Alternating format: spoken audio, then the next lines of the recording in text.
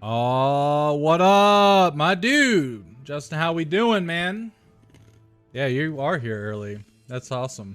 I'm just glad my chat works. I was having issues with it at the start of last session. I don't know what was going on, but anyway, yo, it's your boy Yoshi Kid Neo, and we are back for some D&D action. Today, pretty straightforward session. The group is going to be getting to a place called Dural. It is the Dwarven encampment on Dinosaur Island. From here, I anticipate them mostly talking to NPCs. I don't really anticipate them actually going out and looking for battle. They might. So I'm going to be looking at what creature I want them to fight from the Monster Hunter universe. So, Justin, if you got anything that would appear in the ancient forest and you want to drop its name, I'll look and see if I can pull the stats real quick, and maybe they'll fight it. Obviously, nothing like nothing super duper powerful, but strong enough to where they'll definitely test their mettle. But that's if you want to.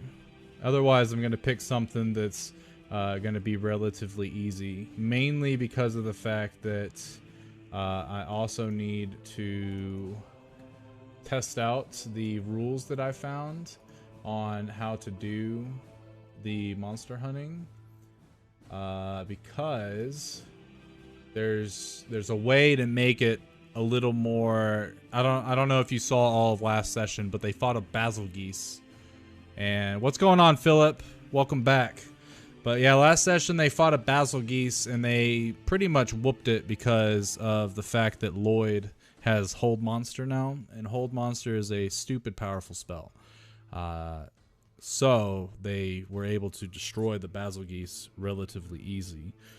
I found rules on how to make Monster Hunter a little more realistic in the D&D system. So next time they go out and fight, we will be testing that. But anyway, that's enough rambling from me. The Anjanath? Alright, we can have them fight an Anjanath. That'll be fun.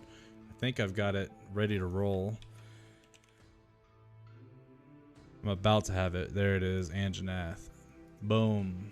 So I'm going to tinker with this bad boy. But without further ado, let's get started with the session. I'm looking forward to all that. So I do have general sketches, but I don't have them shown yet. All I hope is that you get the opportunity to feed somebody their own brain. Whoa. No, hold on. Are y'all trying to go fight mind flayers? Is that what I'm hearing? Is that what we want? I mean, I'm down if you're down. I'm just, concerned is all. Dude, mind flayers are nasty. We're not. All right. I do not want to play against Brady mind flayers. Only if he continues to forget using legendary actions. Oh, I won't forget anymore. Letting him play intelligent things is not a good idea. Yeah. God damn it. I wasn't upset with myself, but I was disappointed. You wanted somebody to die. Somebody was supposed to die. They weren't supposed to. It was the basil geese was meant to be more of a like, oh, this is really out of our league, we need to run type battle. Shit. But I did find the rules that I'm going to use for when you guys fight these creatures now. They are no longer pushovers. So that's the only warning I will give. Oof. Okay. Baller. It should be fun. For me. So no more whole creature. Well, no, there's still, like, not every single creature you fight from the Monster Hunter is gonna be like a legendary creature. So all right. Yeah. Okay, that's fair then. It would be pretty bullshit for you to go in and fight a great Jagras that has legendary actions and saves. That would be pretty dumb. considering what that creature actually is and what it does and what it's known for in the Monster Hunter world. Oh. But a Basilgeuse, yes, 100%. Jagaris? No, I don't know. Jagras, Jagras, yes. RAS. Okay, I have to look this up. This looks interesting. It's the creature that was outside of that That Jaggy thing that was cave. in the hole. Yeah. Oh, okay. Anyway, let's go ahead and get to recap, and then we will I just start. have him as Dread Lizard on my list. The Dread Lizard. No, then like he has dreads. Oh. Well, damn. The Dread Lizard Man. I was gonna say. Oh man. All right. So, last session, you guys were just finishing up fighting a Nargacuga in the wild, and it was actually finished by a gentleman named Whitlock. Whitlock came by and told you guys that he was part of the what is it called? I'm trying to think while doing other stuff. It's hard to do recap and get a monster ready to roll. But he was part of the Hunters Association, which is a organization that spread all throughout Dinosaur Island. The goal of the monster fuck. What did I just call them? They are the. Wait, hold on. I have it written down. Pretty Oh, sure. shit. Where is it? Yeah, I'm drawing a blank. I Hunters literally just said Commission. it. Oh, that's right. Yes. It's The Hunters Commission. So the Hunters Commission is a organization that's spread all throughout Monster or Dinosaur Island, and their sole purpose is to provide the various encampments that are from the various empires, which I found my notes on them all, by the way, so I remember them now. But they provide these encampments the, I guess, leisure of going out and hunting these monsters, bringing back their corpses and their materials that they provide, and researching these creatures for general things and military things and alchemical things for each of the empires that are involved in the Dinosaur Island location. They also provide hunters the chance to gain fame, status, money, power through providing specialized hunts based on what rank they are. And the general way that it was described to you guys is once you sign up with the Hunters Commission, you then get your various tasks, assignments that you can take, and you go out to the various locations of Dinosaur Island, you hunt them, and depending on what the benefactor of the contract wants, you'll either hunt them to kill them, or you'll hunt them to capture them. There are different benefits of each. There are some creatures that it's better to capture for scientific and material purposes, and some creatures just need to be slain. But he also said that there's a warning, and it comes in the form of the Archdruid that you had met and her associates that are spread across this island. Killing too many of these creatures, even if they attacked you first, can bring upon the wrath of the Archdruids. And it's been a few years since the last, I guess, incursion of these creatures had occurred, but it nearly wiped out all of the settlements when it did. And essentially the Archdruids are able to, I guess you could say, provoke a lot of the creatures to attack at the same time and overwhelm the encampments to teach them a lesson. So it's definitely hunt in moderation. Don't just hunt for sport, and definitely don't kill just because you can. But other than that, you guys were headed on your way to the Dwarven settlement that was located in this the ancient forest. On your way, you came on to the top of a hill that descended down into sort of like a sort of grassy highlands kind of biome. Trees were still around, and they were they weren't too, I guess, close together, so it left enough opening in the canopy for you guys to see the sky and be able to actually see sort of like where the coastline should be. And on your way, you ended up finding a creature that had been stalking you guys the night before. You guys know it to be the Queen, or the Rathian. It came as if it was looking for you all, as if it was hunting you. And as it was starting to charge, a creature had bellowed out a cry from the way that you guys came. And a larger creature appeared, known as the Basil Geese. The Basil Geese prompted a skill challenge that you guys actually failed by 2, I think. You got 3 successes, and then you got 3 failures, which prompted an attack. Which, because of the lack of Monster Hunter rules that I had, you guys swiftly defeated the Basil Geese. Also because I suck at legendary creatures because I don't use them enough.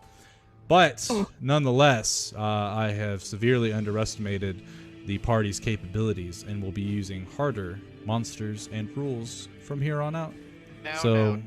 Straight up rude. Just because the rolls go the right way doesn't mean...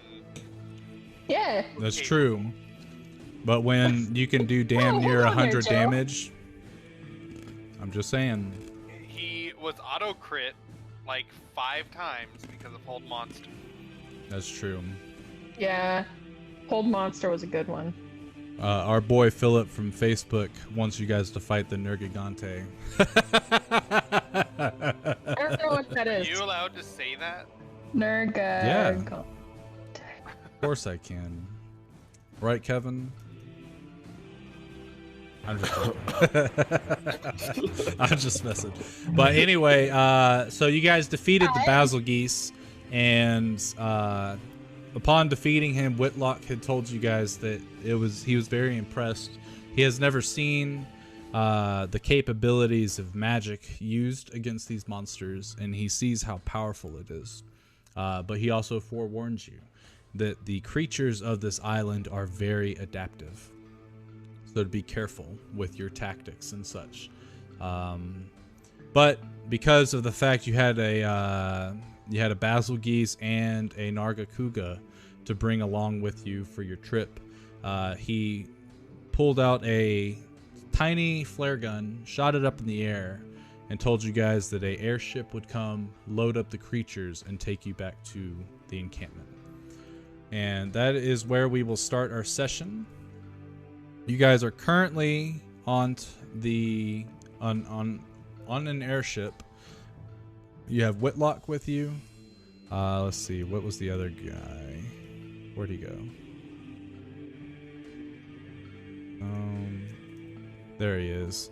And then you have this gentleman, Brogdon, who is essentially running the airship.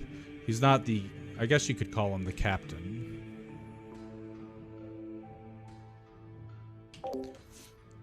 I don't want to absolutely defeat my party because, let's see, the Nergigante, if we look at it, it's a CR 23, and these guys are only level 10, or maybe they're 11 now. Interesting. No, they're 10, yeah. So vehicle. that would destroy them. Hi, yes. We've got quite a good bit of technology up in the northern lands from the Mithril Empire. Mithril Empire. Well, I know what that is.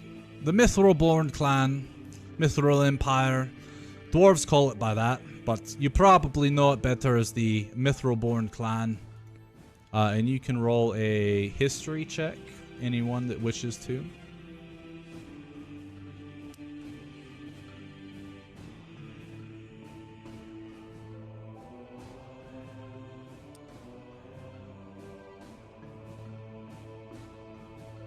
And I'll give all of you advantage since you have previously met Holrock Hillheart, who has told you about them. So this is more of this check is meant mostly for a deeper knowledge of the clan.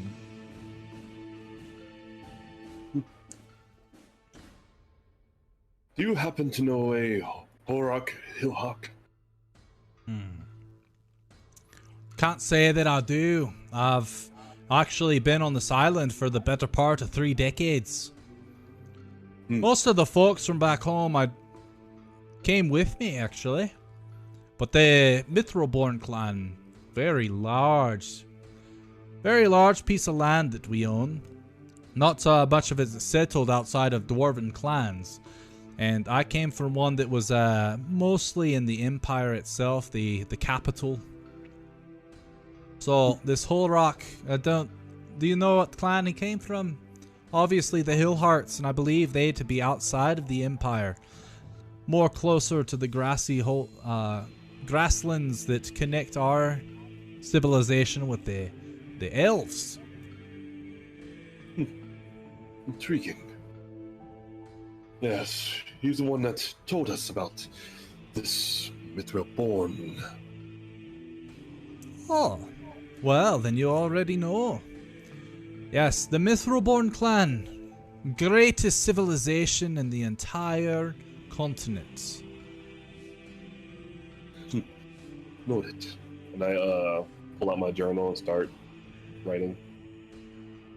So, how long does travel usually take? Well, with the airship, you cut the time down by at least half, depending on favorable winds. And he points up to the large balloon, and you can see the engine that's underneath that's pumping it full of hot air. That right there is the hover mechanism. We can adjust the flame and the temperature to make it rise or lower upon our request. And then he points to the back, which has 2 propellers, one on each side. And those propel the ship forward. But they're not the greatest thing, especially when you got 2 creatures that weigh at least 1,000 pounds together. But the basil geese, I'm sure, weighs almost double that. Intriguing. Do you all run into any trouble usually while traveling? Not in the ancient forest, in other locations probably. But we don't go too far. That's not our, what would you call it? Area of responsibilities. No, depending on where you're hunting, because you're a part of the Hunters Association, you can call upon the airship that's closest to your area. And each one is outfitted with different manner of defense mechanisms and such. We have ballistas, and we have a single cannon on the front, just in case. Other locations, like the Coral Highlands, they have a lot more flying creatures. And that means that they've got a lot bigger machinery. I heard that their airships have a minigun on the front, and I've been itched to see it in action. But unfortunately, well, because now we can hold more weight. See, if you go to the Coral Highlands and you call a tier 3 airship, tier 3 is in the defense is a lot higher. They're ready for something bigger to come and try to take your hunt. If you call upon one of those, they can't load as much because then it would weigh down the airship too severely. So really, it's a give and take. You could take less defenses and come back with a bigger haul, Or you could go more defenses, but you're left with a lot lesser creature. Also, depending on the season, determines which one would be mandatory.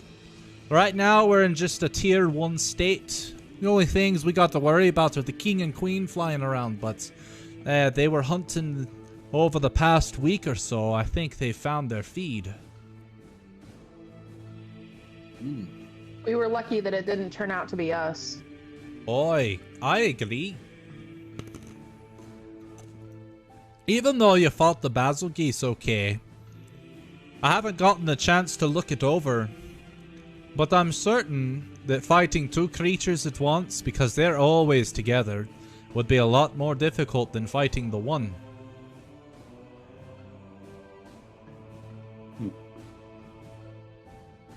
So we'll just avoid them then. Yeah, good luck.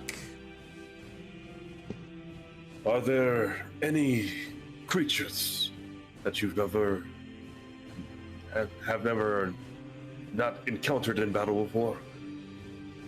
I can't say that I've encountered many creatures in battle, honestly. Unless you're talking the airship. Well, or I'll say encountered in general. Oh, like even seen?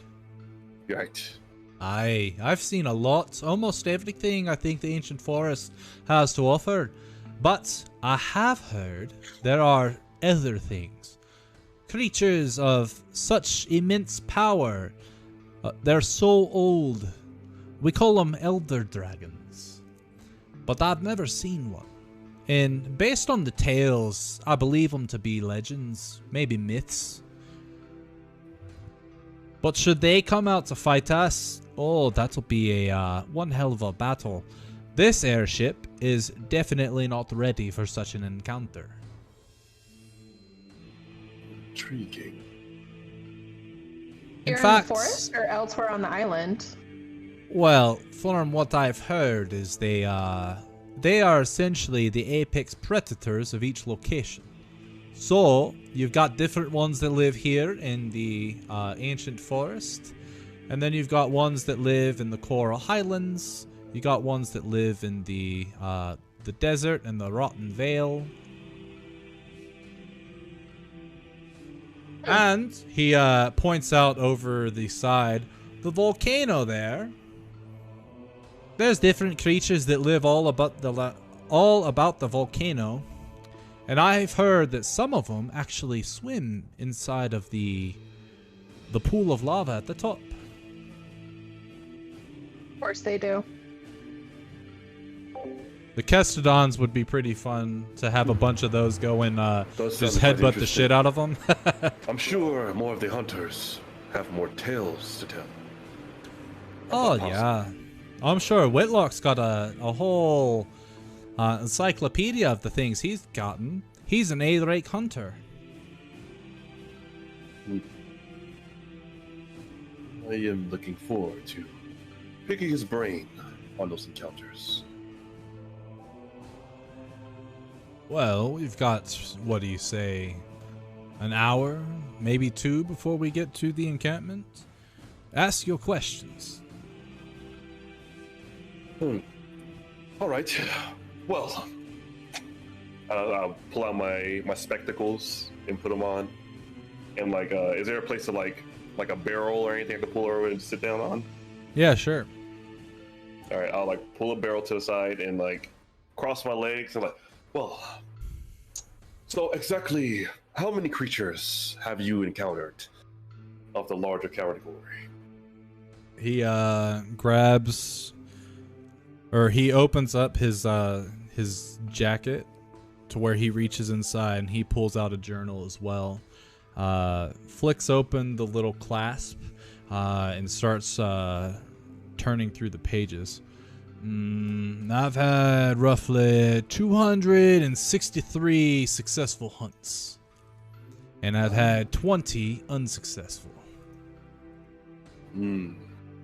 Biggest creature you've taken down? The biggest one? Probably about the size of the basil geese there. I haven't fought anything much larger, not since my group was unsuccessful in fighting this very basil geese. So, have you ever seen any creatures that you actually wanted to take down but never had the opportunity to? Take down, but haven't had the opportunity. And I Like, believe I can cross that off my bucket list today. So, have you ever seen or heard any of those elder dragons that the gentleman there is talking about? I've heard the tales. All hunters have. At least any hunter worth their mettle. But I've never seen any of these creatures, and I haven't witnessed any events unfold on the island that couldn't be explained. Okay. Now to What about one of your unsuccessful hunts? Tell us about one of those. What exactly do you want to know? How it What was went the down? creature you went up against? Well, when I was first starting out, there was a creature known as the Anjanath. Big T-Rex looking feller, but it spits out fire. Ugly looking motherfucker. I was trying to prove myself to be a B rank, and I was nowhere near ready. Almost lost a limb or two, possibly my entire life, had it not been for some other hunters in the area that came to my rescue. But since then, I could go toe-to-toe with an Anjanath pretty easy, especially now that I got better equipment.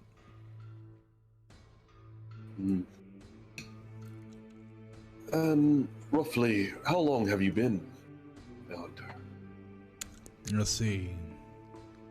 A better part of 2 decades. Oh, you've been in this line of work for a while. Interesting. Well, what about, let's say, your most harsh wounds that you've ever gotten from one of these creatures?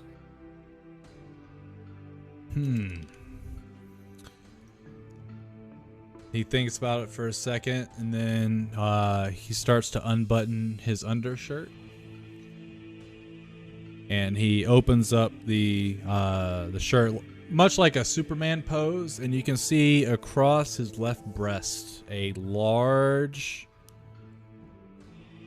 actually 2 large scars that are probably about half a foot apart from each other, and they're circular. I was bitten by a great Gyros one time in the Rotten Vale. I swore I was going to die that night, but somehow I prevailed. I don't remember what exactly happened. The creature ran from me. I was unable to pursue it. And as I barely made my way back to camp, I woke up with my wound dressed, with a slight fever, but otherwise fine. I don't know who or what was watching over me that night, but I thank them every time I get a chance. Thorpe leans forward to look at the wound, like hand under shin. Interesting. He does too. That's fascinating. Yeah, what's fascinating is the fact that someone actually has a cure for the Great Gyros' bite. Because the encampment sure doesn't have You're one. saying it was poisonous? Not necessarily poison. It's almost like a petrification, except for not really. Instead of turning into stone like creatures that you've probably heard of from the mainland, it instead turns your insides to ash. Interesting. How uncomfortable. Now, are there a lot of creatures with these special elemental-esque variants, or are there some usually normal ones? Normal how? None of the creatures here are normal, let me tell you that. Oh, so every creature here has a special property to them. More or less. Intriguing. I am looking forward to possibly seeing more of them myself. Well, that is all the questions I have. I close my book. You may button back up. And he goes in and starts doing so. So, I assume that might be a long trip if we were to potentially become hunters ourselves. You mean you'd probably never leave? I came here looking for work for the better part of maybe 2 years or so. And then I swore to myself I'd get out when I had enough money to go back and start a shop in maybe the Thurian Empire, or perhaps even the Mithril clan's location. And yet, I've been here for 20 plus. Once you start getting the hang of things, once you start to realize that there's always something bigger out there, something better than who you are now, and it's a way to grow, you never want to leave until you've finished it all. And from what I've seen, is new creatures seem to appear every day. And that is an exaggeration. If there was a creature for every single day, we'd be in some trouble. Almost sounds like something akin to a drug. The adrenaline, the glory. You could say that for sure. I will remember that. And Thorpe gets up and wipes off his pants. Well then, what is there to do around here until we arrive? On the airship, not much. But he goes to the side and points out over. Feast your eyes on what this island has to offer. Thorpe puts his journal and takes his spectacles off and then looks out there. Okay. Each of you that take a look over the side, you can take, or you can roll a D100. D100. Am I tall enough to see over the side? I mean, I would assume you'd next be to the wall for able you. to like do a pull up or something like that. His legs dangling. Yeah, exactly. Shall I describe it to you? Or shall I grab you a box? Let's see. Gerald, are you here yet?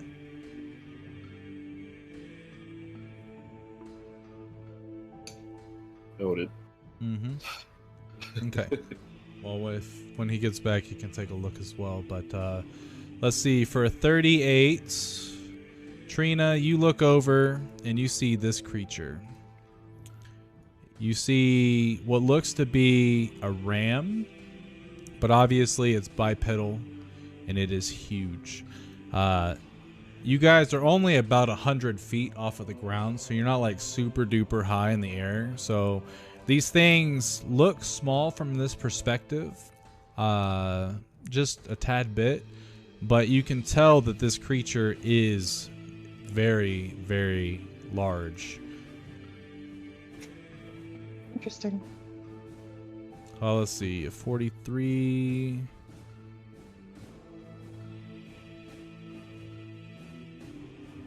Where is it? Oh, it doesn't have the, I have to go grab a image because my compendium doesn't have one.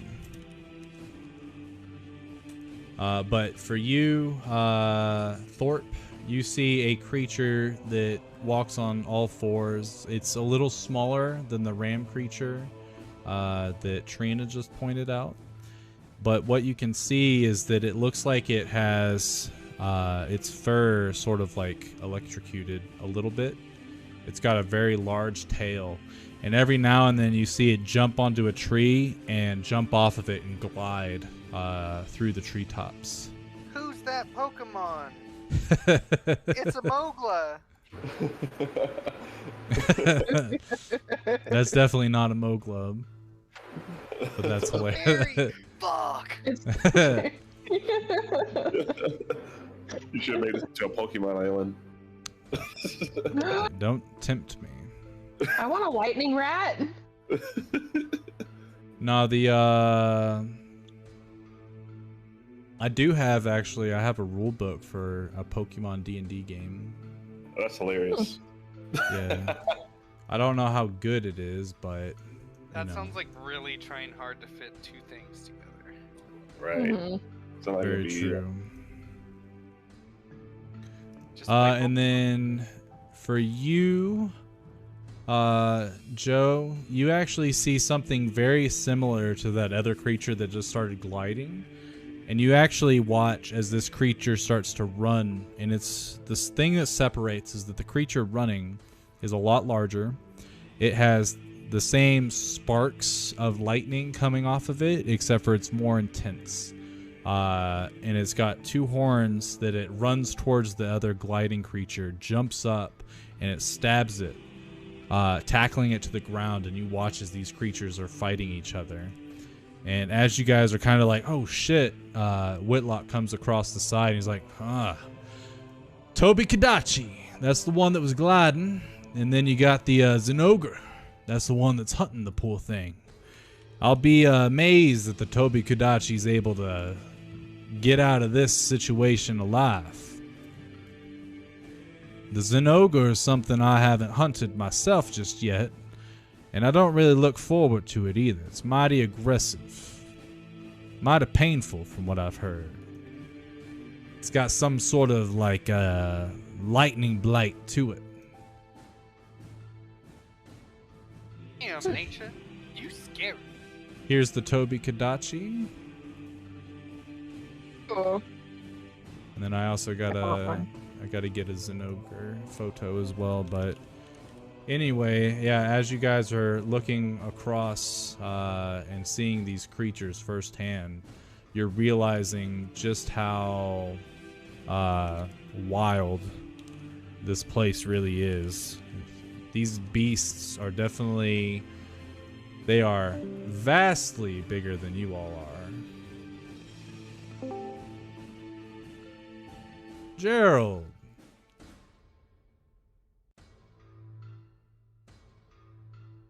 Good talk. Goddamn. Oh, apparently this is not a good photo.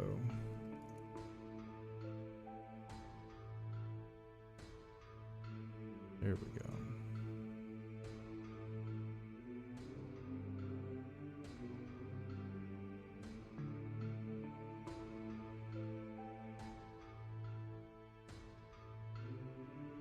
Okay. Anyway. So, yeah, as you guys are looking, Whitlock pulls out of his coat pocket his cigar case, pops one in his mouth and lights it, and then anybody? No, thank you. Do I still have the first one he gave me? I would think that it would have fizzled out at this time. It just needs to be a thing, like. I'll have another. I put a hand up, like, no, thank you.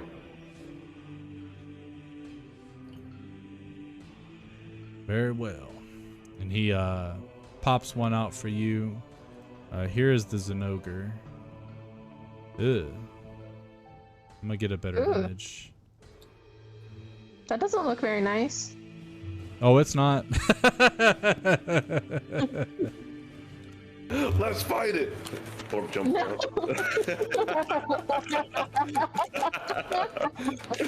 Cowabunga it is. I think we all would have been like, alright, have fun, Thorpe! Thorpe comes back later. Yeah. This will be better. That was not a good idea.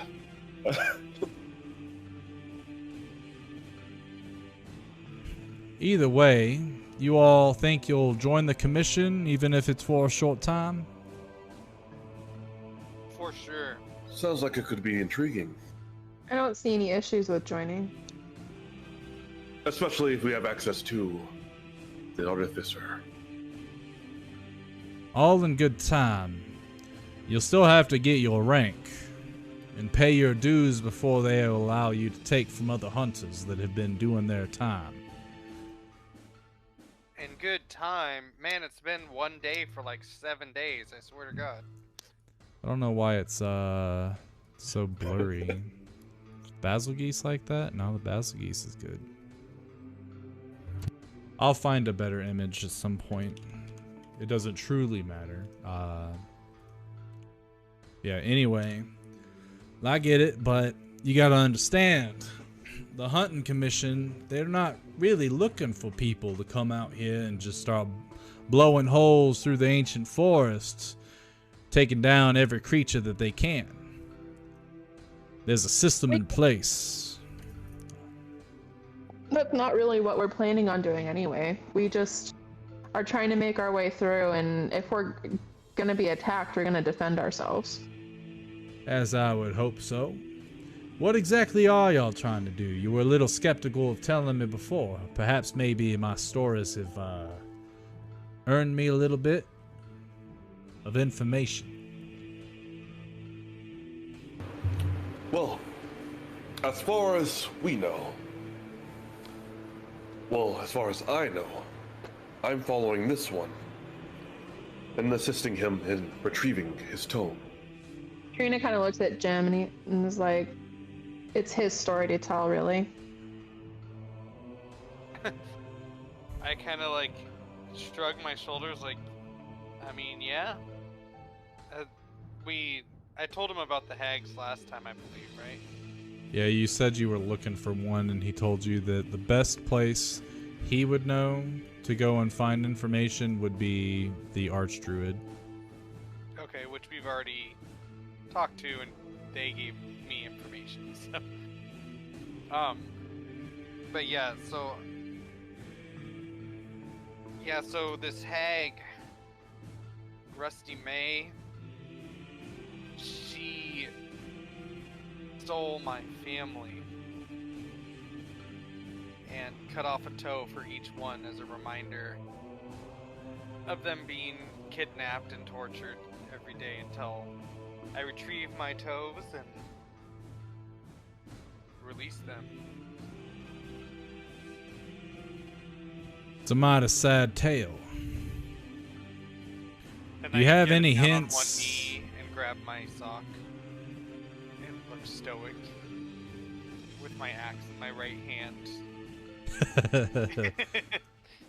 This is the new three-toed gem.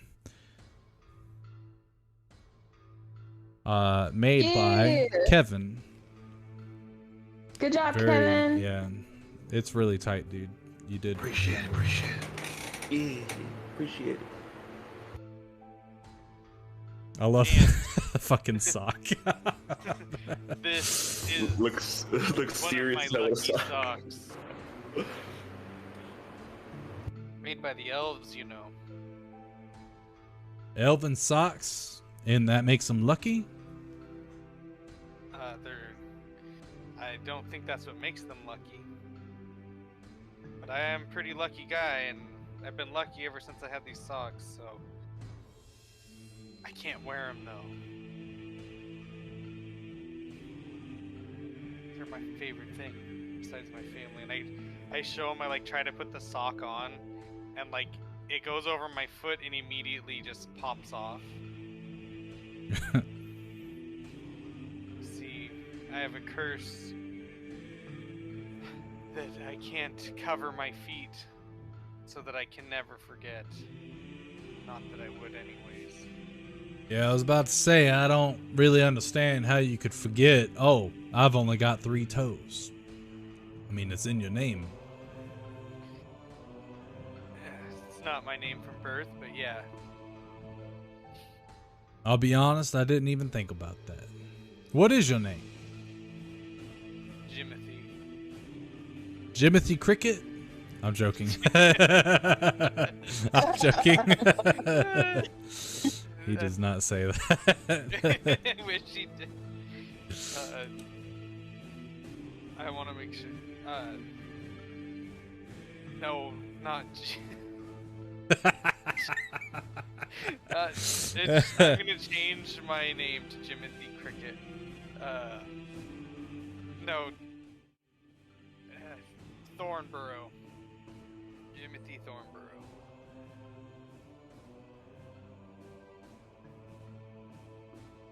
Yeah. And where exactly are you from, Jimothy? Have you ever had the Moston Lager beer? I can't say that I have. It's I'm from a little town called Moston, and we're known throughout the country for our delicious beverage. But if you've not heard of the Moston Lager, then you definitely haven't heard of Moston. That makes sense, I guess. Then yeah, I haven't heard of Moston. I haven't heard of Moston Lager. Is it a pretty town worth traveling to? Or is it kind of, if you grew up there, that's the only reason to go back? I wouldn't say either of those.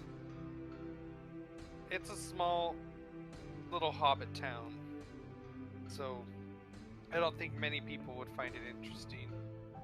But it's a beautiful town full of good ale. That's something I can get behind. Uh-oh. Did I cut off or did Brady cut off? Test 1 2, test 1 2. I hear you. Yeah, like sup. Oh. Imagine it. Yeah, he said that's something I could get behind. Well, you're welcome to come. I might have to one of these days. Where exactly is it?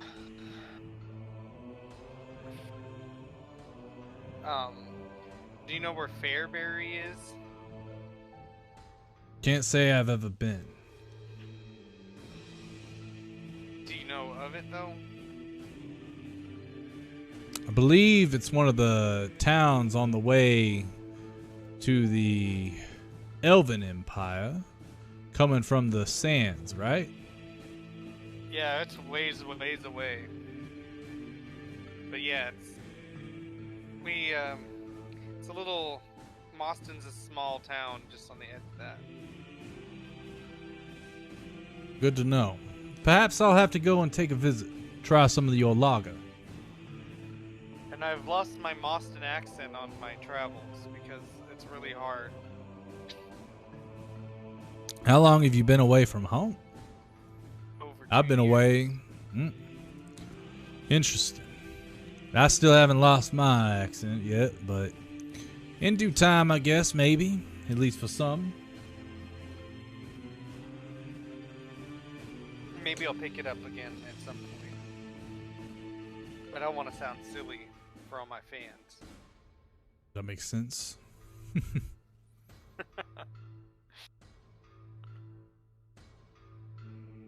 And just the anger has driven it out of me as well. I totally understand. But at least you've got your memories of home, even if you don't have your accent from home. Yeah, for sure.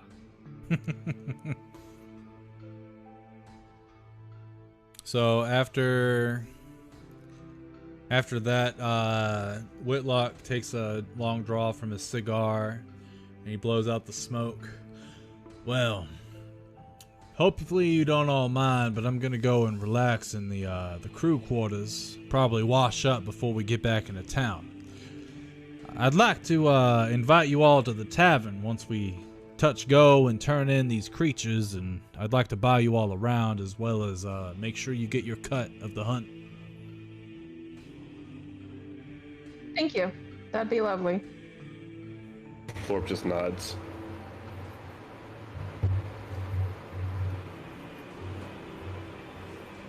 All right. Well then, I'll leave you to it. And he bows his head and turns around and heads towards the crew quarters. And the airship isn't too lively. Obviously, they're on their course right now. Nothing's really out of the ordinary happening right now. And as they look over, or as you guys look around, like, the sky is pretty calm. You don't see too many creatures that are flying, at least nearby. And you can see, as you look down, you can see the chaos of, like, it feels like every couple miles there's another one of those large creatures that's hunting one of the smaller creatures, or two creatures that are fighting each other in their area. It looks like they're fighting for turf. And then you see some of them that are trying to desperately escape, but they inevitably get destroyed. It's brutal. Like a nature documentary down there. Without this ship, it would have taken us forever to get into town. What's a documentary? Shit, I don't know. Interesting.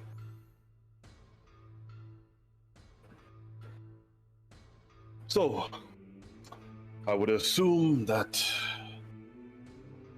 we got very intriguing battles ahead, right? I'll let the dogs out real quick while y'all RP. Mm-hmm. Yeah, we have to be prepared because this is gonna be tough. Indeed.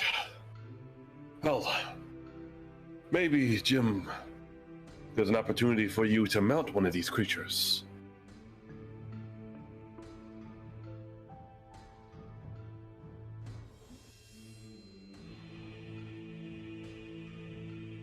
All right, good talk.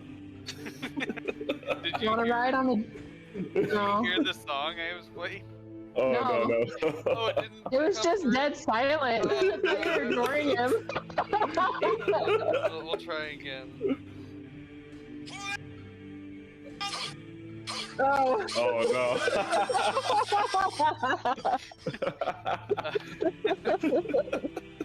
Can you say that again? I'm sorry. no. I said, maybe if we're fighting these creatures, might be an opportunity, an experience, for you to perhaps mount one of these creatures. Kind of give him an eyebrow like, hey man. Just because I'm from the country doesn't mean. Oh, you mean ride. Yeah, I am. Thor puts his hands up. Oh, yes, that's what I mean. What do you assume I meant?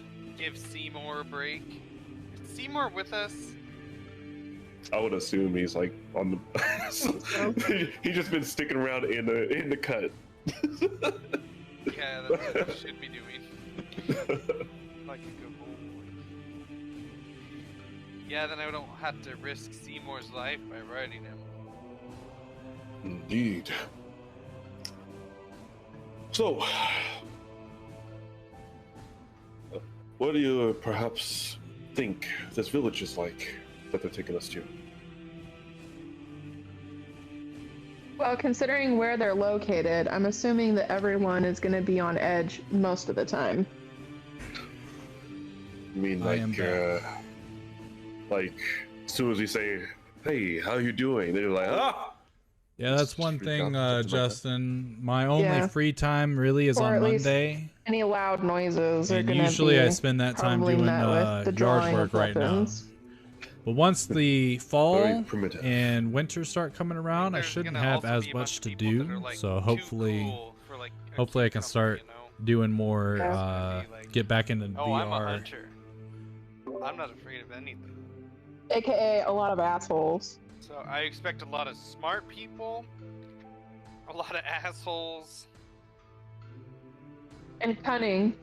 Yes. Yeah, being I an would adult assume- sucks, so enjoy would your assume as childhood much, and being teenage years discrimination while of you rank. can. I'm gonna guess not everybody follows the law, which probably means they have their own type of law, which probably means the punishment for those law breaks are very severe. Yes, but that could also mean a good thing for me, because so far we've tended to be working slightly outside of the law, from what I can tell. Probably have a code. Well, they probably have code too. It's just probably Code gonna of be different than ours. honor. Wonder if they have duels for such disagreements.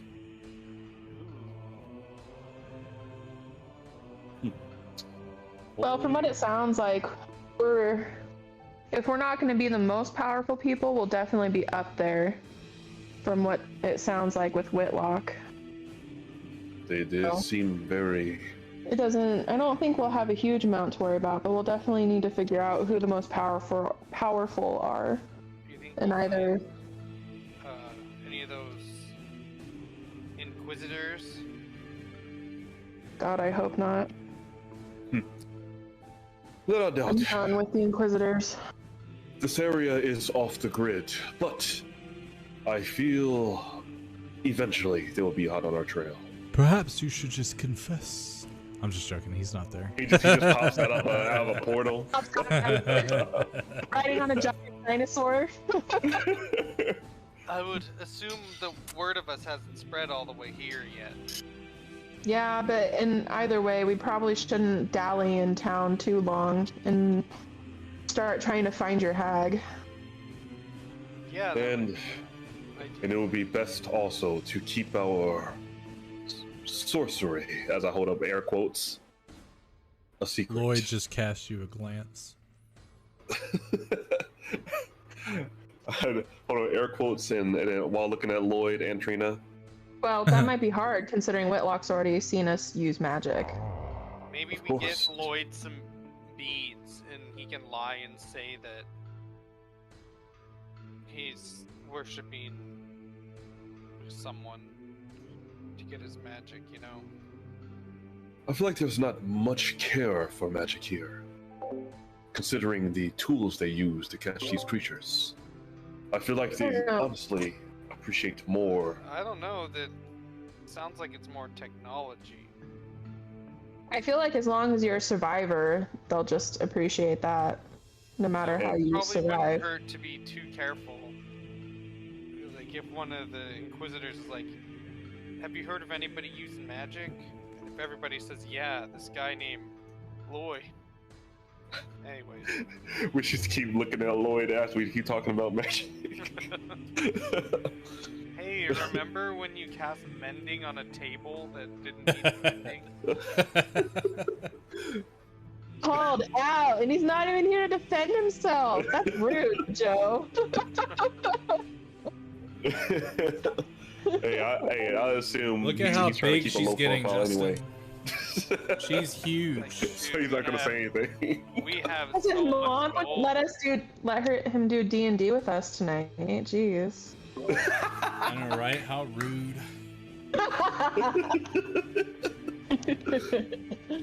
Anyways, I think definitely we should at least just watch our backs as always, because the people here are probably not all that friendly with what they've had to deal with. Indeed. Of course, I'll have to keep my secrets to myself. I think we won't have to worry about it too much if we join the crew. We might be hazed for a little bit, but then after that, I think we'll earn their respect. Yeah, but I guess how soon after that? Because I feel like we should move on pretty quickly. And are we going to try and go to the Elven desert town, or are we just going to head straight to the volcano?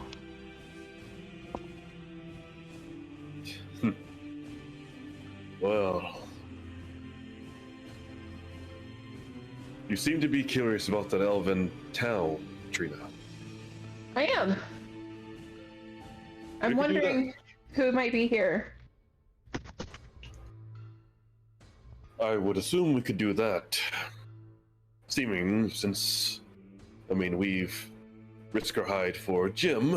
Maybe we could risk our hide for you as well. I don't know. Just kidding. Of course, Trina. Trina, Bobina. Well, either No. way, I follow whoever is leading to lend my support. Well, as of right now, Jim's matters are more pressing, considering, we're trying to save his family. My goddesses haven't really given me much to do except for continue to watch and figure out what happened to us in the last town we were at. Oh yeah.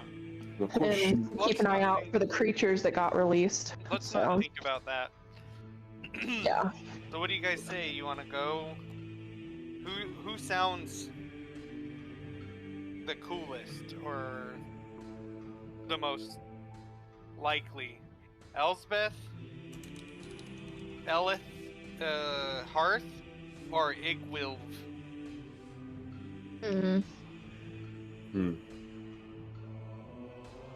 I guess we can go first to the list. Elspeth.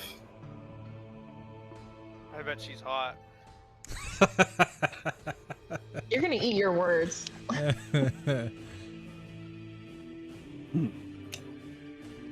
Does have something of an attractive name, but never know. She's gonna have a reincarnated blinky dog. Noted. That would actually be so sick. I think she loved Snoopy. Well, either way, my objective is still the same. Nothing's changed. So, whoever leads, I follow. Well, let's go talk to Elbeth first then. From what it sounded like from the On the mountain. Archdruid, she sounded that's like the the close. least worst. Yeah. And she's the closest. Yep.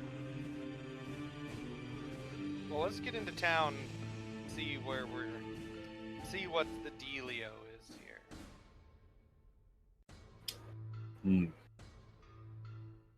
And with that, the next 30 minutes or so pass by with you guys kind of just lounging around and chilling before you hear all hands on deck, coming in for a landing. We've made it to Dural. And as you guys look over the sides, you can see nestled in between what looks to be like a crack in the side of the cliff. There's a bunch of buildings that have been built up to, I think the tallest building you see is about 5 stories tall. And going into this crack in the earth itself, you can see other buildings that have been tucked away into the nooks and crannies of this sheer cliff.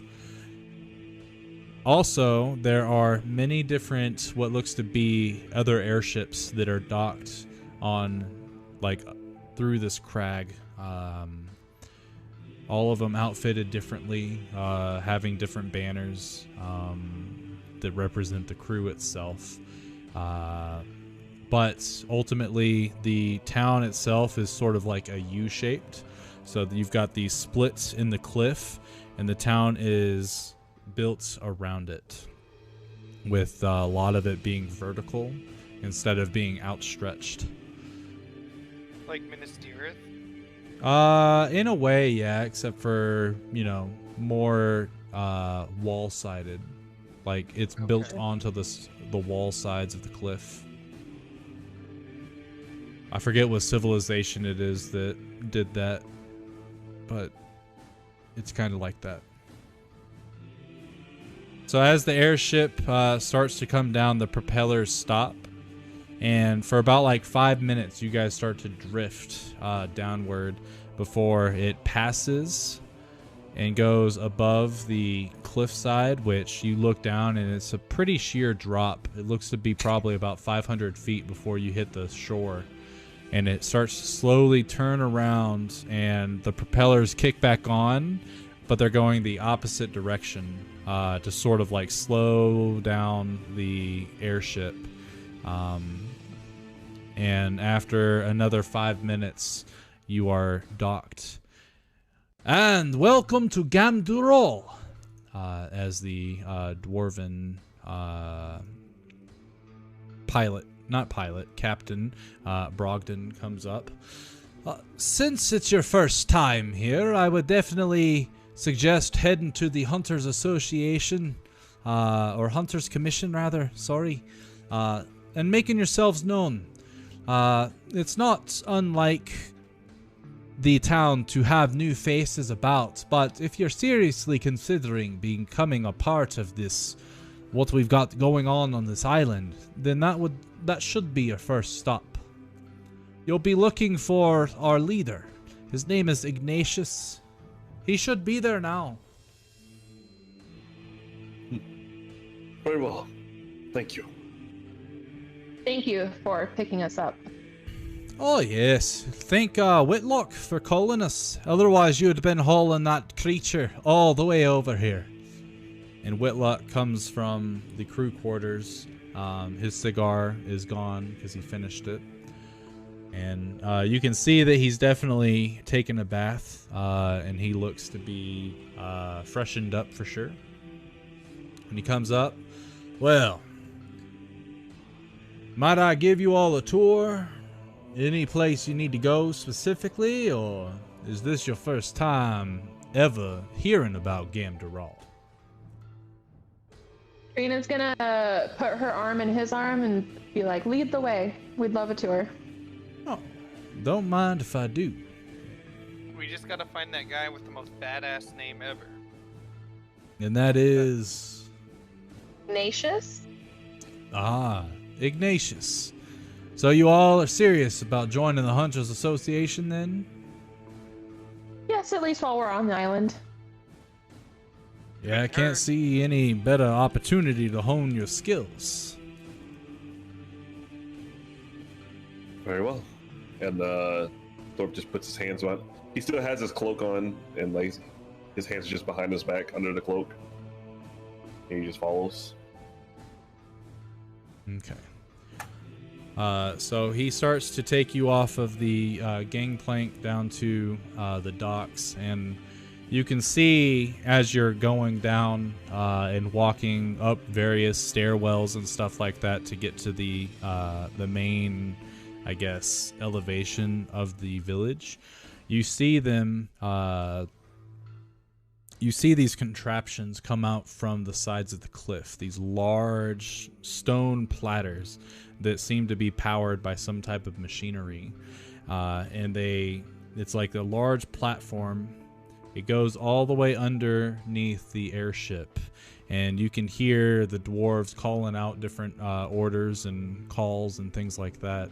And the bottom of the airship opens up, and you can see the chains lifting down the corpse of the basil geese. And as that happens, you can see a bunch of different workers coming around and observing it and looking it over, and you can hear cheers as they all clap. Apparently this is a pretty big accomplishment for the hunters of this encampment to have actually successfully hunted a basil geese. Take it easy, Justin. We'll see you next time. They start to waste no time, and they bring out various tools and start to hack this creature apart. They start to take the meat, they take the scales, they take the exploding pods off of its neck and things like that, and start harvesting the creature, putting the various pieces into different carts and things like that, which ended up going on this sort of like elevator thing. Think of a pulley system that has a bunch of different like mining carts and is just constantly moving. So they go over and offload the materials to that, and it goes up. And when it gets to the very top, it dumps them out into this large reservoir. You guys don't see that just yet, but as you're going up the stairwell, yeah, it's mighty fine watching them carve the creatures once we bring them back.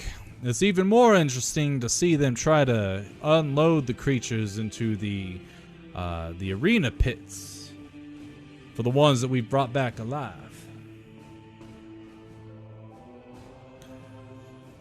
But we'll get you all settled with the Hunter's Commission. And then from there, we'll go have that drink. And then perhaps afterwards, I can show you a bit more of the town.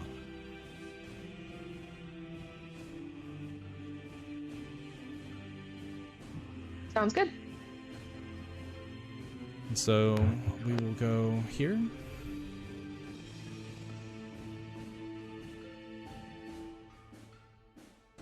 I need to get the new 3-toed gem.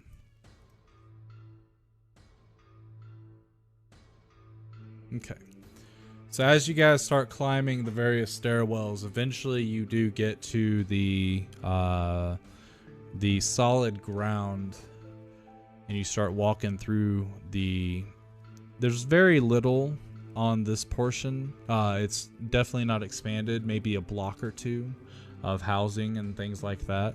But you can tell that they took into consideration how much space they would take up for this encampment ahead of time, especially considering they have these airships. And the airships are a lot easier to park in the vertical chasm that is where you came from. You get to a stone structure. Looks to be very, very well made.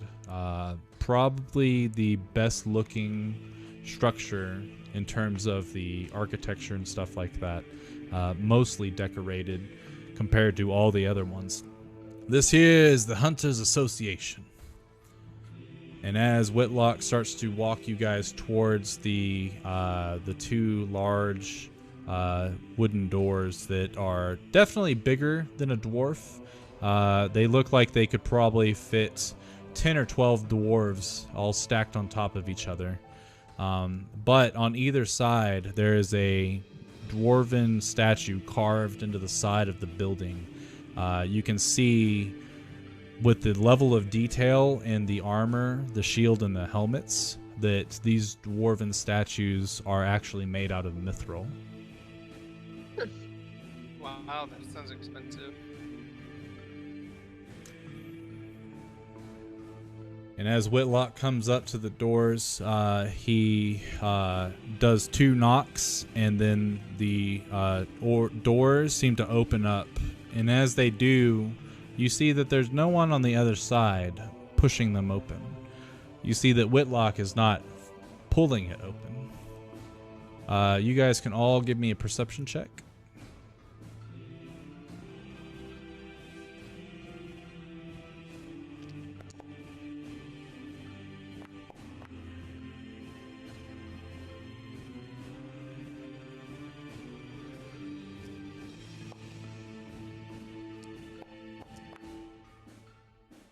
Ooh, who's blue dice? Those are nice. So Trina, 3-toed Jim, and we're not calling you by your actual name yet, but Kai.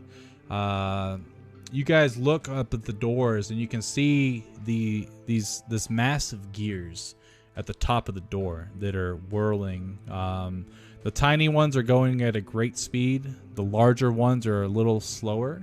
But they're turning on their own, and it's causing the door to open on its own. And as the door finishes opening, you're led into a large foyer. Marble floors. There's lovely red carpet that is spread all around. Like it looks to be very, very expensive. The detail that goes into the carpet, bunch of different like patterns and things like that, mostly like roses and other vine patterns and things like that. In the center of this location, which seems to be about 50 feet by 50 feet, there's a counter.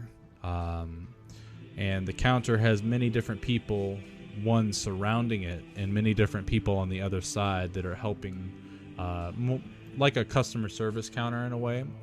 But on the back, on the wall behind some of these folks, there's a large board, and you can see different pictures that are pinned up against it.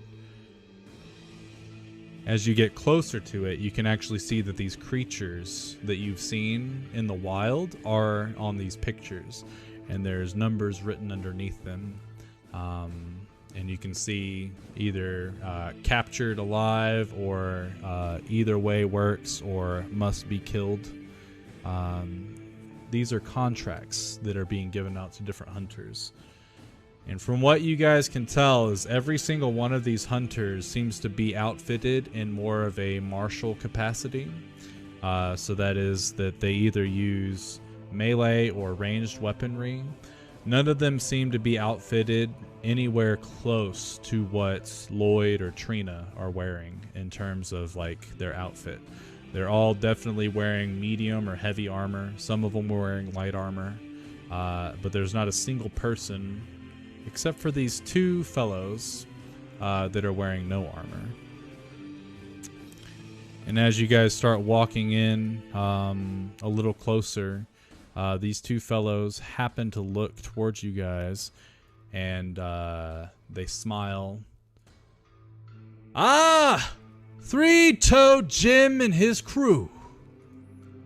And it's the two barbarians that you fought with on the ship a few days back. Oh. Shit, guys. Oh. Ah. That's So you right. made it. Three-Toed Jim and his crew. Yep. No. Mm-mm.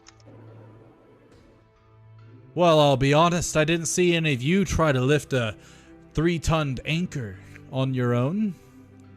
I did. Also, with You my did, magic. yeah. Yes, but that's with your magic, not with your muscles. And they both flex in different stances, and they look at Three-Toed Jim to see if he reciprocates. Kind of shrugs. My magic is I my kind of muscle. like don't do anything. There you go. She kind of looks at Thorpe. Kind of looks at need to- Thorpe and is like, right? I have magic muscles, right? You have muscles in general, milady. Thank you. Well, what brings you to here? Oh my god. Let's see. Here, Brady, I'm gonna send you something, and then you can post it for everybody. All right. Just do it.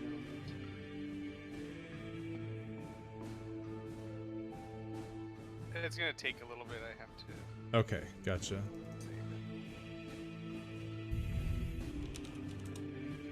Anyway, so what was your question? Did you guys have a question for Was it- them? Kevin said something. How did you two end up here?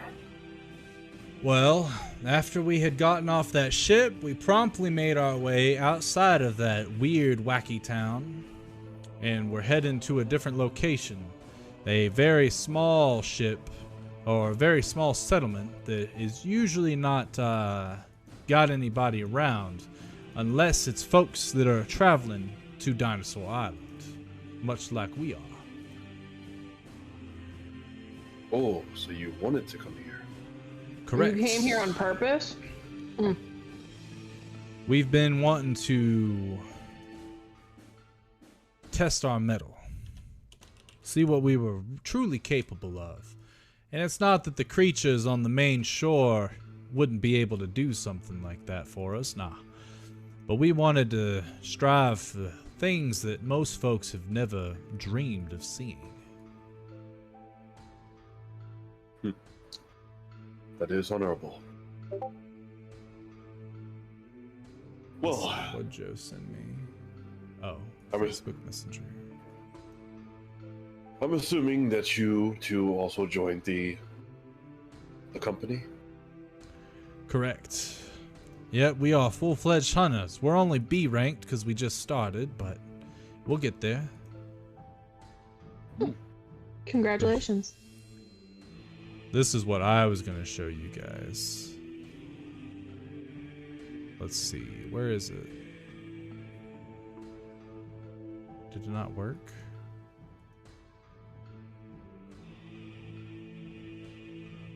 For some reason it's being weird. Won't let me pop it out.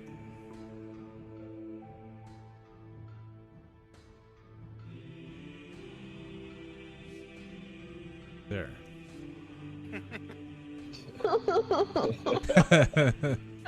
Like the Predator one.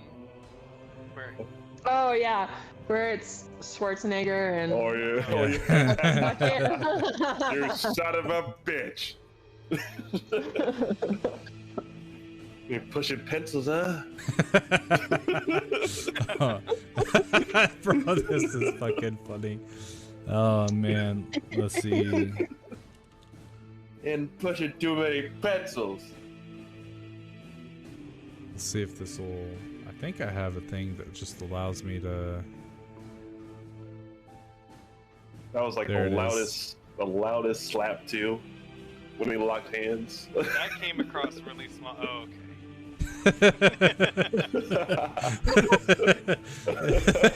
Three-toe Jim flexing. To be honest, I wish this was my thing for the whole time I didn't have the new artwork. I was true to man. height, so you know. Yeah, so Jim takes off all his clothes and Oh yes, you like Around in that? his Speedo. That's great. Horrifying. Is it horrifying though? Steroids. It's hilarious, but borderline horrifying. I can dig it. So anyway, the two barbarians, after flexing with Jim, you can see that they are understanding each other through their muscles. Some type of weird meathead language thought. Yeah, That exactly. doesn't sound right. Meathead. Just gonna say it. We don't remember you all saying on the ship that you were headed this way. We would have brought you with. That way you would have gotten here earlier, and you could have gone on the hunt that we just finished. We weren't originally intending to head out here, but it just so happens we needed to. Interesting. It's funny how life will do that to you. Or hags. I'm Yes. sorry, hags? X. I kind of like lean over to her and I go, barbarians aren't always the smartest. They don't know these things. Figure it out maybe eventually at some point. Well, to keep it simple, there was a lot of trouble on that wacky island, that wacky village that you were on. We just so Forsaken happened village. to find a way out and end up here. Interesting. What weird stuff was going on? It's a lot. A lot, yes. A lot of cultish activity. I wouldn't go back if I was you. Yeah, we recommend don't going back. Don't go back. Definitely don't. All right. Well, we'll take your advice, but I don't think we're going to be leaving here anytime soon. We've made it a goal to reach S rank. Well, I since support you in your endeavor. since you are both hunters now, we might end up being able to go on a hunt together, perhaps. We're going to join the company as well. Ah. Yeah, I bet all of us together we could take on something that's at least A rank or higher. Other than that Beazle thing that we just took out? Beazle thing. You mean a basil geese? Yeah. And as they say we that out loud, a lot of the people in this area stop talking. We And took it out a gets basil very, geese with it gets Whitlock. very quiet. You mean Basil dead? Yes. Basil be gone. Yeah. You all fought a basil geese and you lived to tell the tale? Yes, with Whitlock. Oh, this Yep. is Whitlock, by the way. Barbarian voice. Yeah, they came in a couple days back. I remember them. And they look and, Whitlock, sir. No need to call me sir. I'm only A rank after all. And everybody starts to whisper at each other. And you can overhear some of them be like, I can't believe they took out a basil geese. They're not even ranked. How would the commission give them such a contract? Whitlock ends up coming out and be like, now, before we start into rumors, let me go ahead and tell you all. These are fine folk. They definitely know exactly what they're doing when it comes to fighting. Even though they've never seen these creatures, they walk among us as equals, if not far surpassing our own capabilities. Because they have on their side something that we don't. We've all embraced our martial prowess, our technological advances. But one thing I've never seen any of you capable of is magic. And these folks got it. And they all start whispering to each other again. She tries to like hide behind Thorpe. I don't want to be the center of attention. Now, it's my firm belief that at some point in time, these creatures that we've been hunting for decades are going to become overwhelmingly powerful. And the next step is for us to start learning to weave these spells. I know Dwarven Empire doesn't use much magic outside of its clerics, and the Thurian Empire sees it as a perversion. But I've seen just how capable this arcane art truly is. And they all start to whisper to each other again. We should welcome these folk. I don't know what to call them just yet. And he turns around. Do you guys all have a name? Like a group name or something like that we can call you? I kind of liked Jim and crew. And then look towards the barbarians. And give them like a little quick flex. And they flex back at you. Like with the boobs, you know, like... Yeah. They start Terry cruising it up. Yeah, Terry Crews. Out of character. What was the name that we came up with again? The Mighty Nine. What's the name of the creature? The basil geese? No, out of character. What was the name that we came up with? The Obsidian Order. The Oath, or it wasn't an Obsidian Order, it was like the Obsidian Age or something like that. But you could call us the Obsidian Order. Obsidian Oath sounds cool. I let down the hood of my cloak all cool, like look back at Trina and then look back at everybody else. The Obsidian Oath. The Obsidian Oath, ladies and gentlemen. We haven't talked about this at all, and I just kind of like look towards Thorpe and Trina and go, "That's badass." And of course, yeah. Thorpe's got this like this edgy cloak on that's definitely the color of obsidian. Trina's wearing her dark garments. Kai is obviously glowing red, and Wait, Lloyd. Hold on.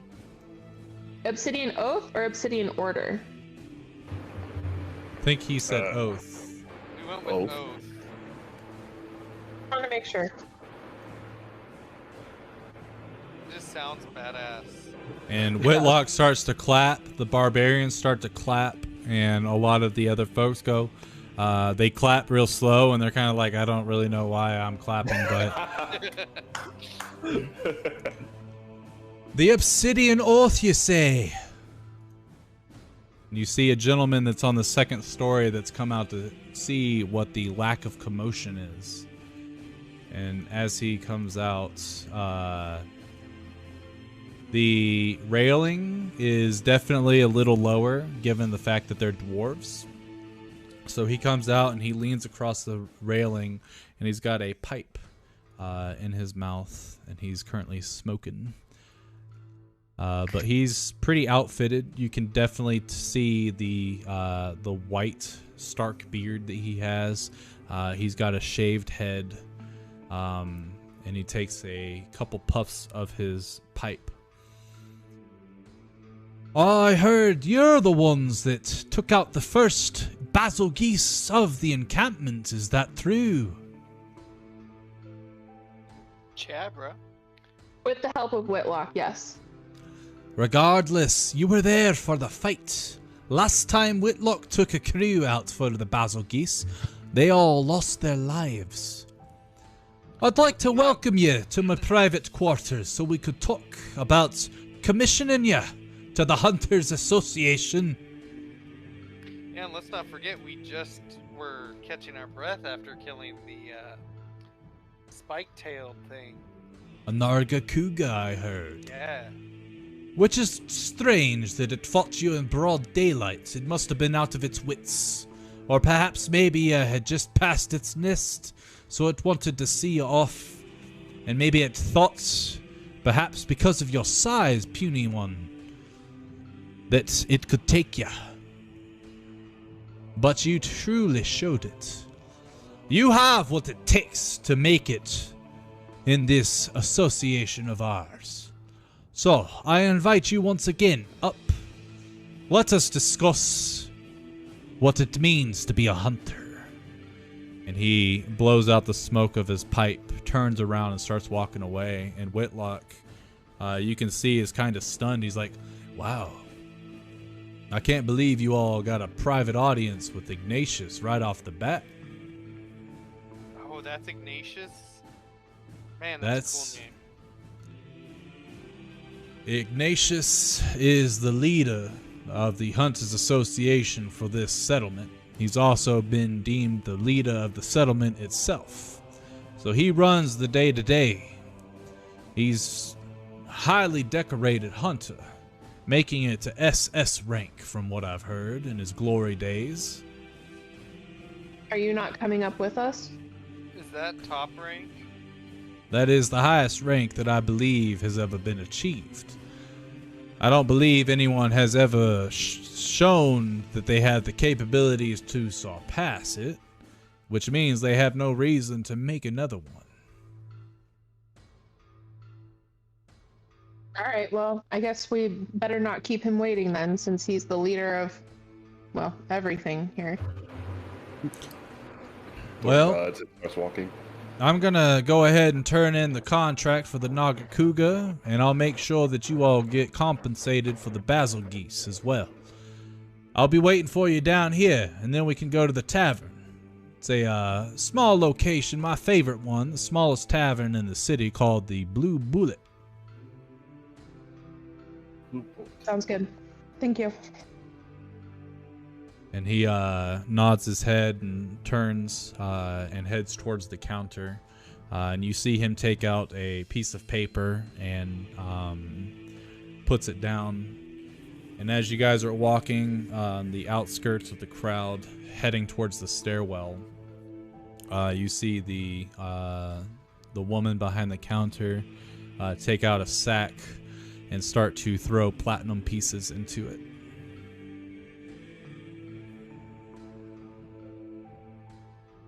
But as you guys get to the top of the stairs, there's a group of guards that are at the top of the stairs. They're definitely on duty, and they're kind of standing there, and they are all wearing Mithril plate mail armor. Mm. Fancy. You can wear that. We should try and get some mithril. Well, They probably keep it under lock and key here. unfortunately, I have no use for such armor. But there's ways for me to get a weapon Yeah, of those the same that material. can't wear armor, they can wear They can? Yeah, Ooh, maybe I might need to get some then. that's what I'm telling you before. I wonder, how expensive is it? Do you know, Jim? I don't know, but I don't think it's cheap. Hmm. Maybe it can be earned through hunts. Perhaps. Yeah, Or maybe we can just borrow some. might be worth it. Borrow, and I hold up air quotes. Mm-hmm. You know me so well. Watch Just yourselves. kidding. One of the guards eyeing you as you're walking Sorry. towards the. It was a joke. Apparently not a good one. And the two guards that are next to Ignatius's door, they look at you all. So, the Obsidian Oath you call yourselves, do ya? Indeed. Well, Ignatius doesn't truly bring folks in that he's never met before. Usually you have to earn your keep. So, congratulations on catching his eye early. You're well on your way to A rank if you took on the Basilgeese. But it's only going to get tougher from here, so I want to make sure that you're aware of that. Do not disrespect Ignatius.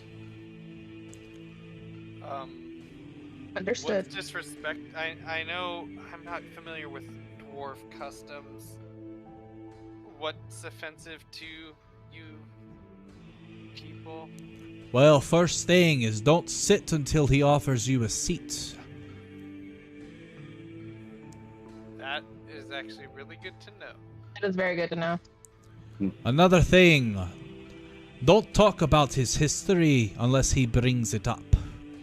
He's had some very dark tidings. Doesn't like talking about it openly, especially to strangers. That also makes sense. And it's Ignatius, sir. Unless he tells you otherwise. Otherwise, I'm sure that your true mannerisms will come out and he'll judge your character based on that. Could be fun. Haha. Yes, could be fun. The other but guard Do pipes up. appreciate it, because probably would have offended him immediately off the bat on accident. Perhaps. Now, the one guard turns around and he presses a button on the side of the door, and the door slides open. Go on in and enjoy your conversation with our leader. Good luck to ya. Thorpe nods and then walks in with his hands behind his back. Okay. And as you guys do, you hear the button get pressed again and the doors close together. And you see this large mithril table, or desk rather. And you can see these elegantly made white birch sofas and chairs and a coffee table that looks to have some very fine dwarven ale and liquor on it with glasses made out of crystal. Just looking at them, you can see them sparkling from every angle, dancing with the lights of the torches that are inside of the chamber. And Ignatius is currently at the back of his office area. About 10 feet back from that mithril desk, there's these 3 large windows with curtains that are stark white. And he's currently got one of his arms behind his back and the other one holding his pipe. So, you all took on the Basilgeese upon your arrival here, have ya? We have. Correct. He turns around and looks at you all and starts to walk towards you. And you call yourselves the Obsidian Oath, do ya? Indeed. That's We do. correct, Ignatius, sir. And I'll be honest, I've never heard of you. I've never seen you. And I talk to each of the leaders of the other settlements once a month, and they have never told me of you. So my first question to you all is, where did you come from? And what is it that you plan on doing here on Dinosaur Island?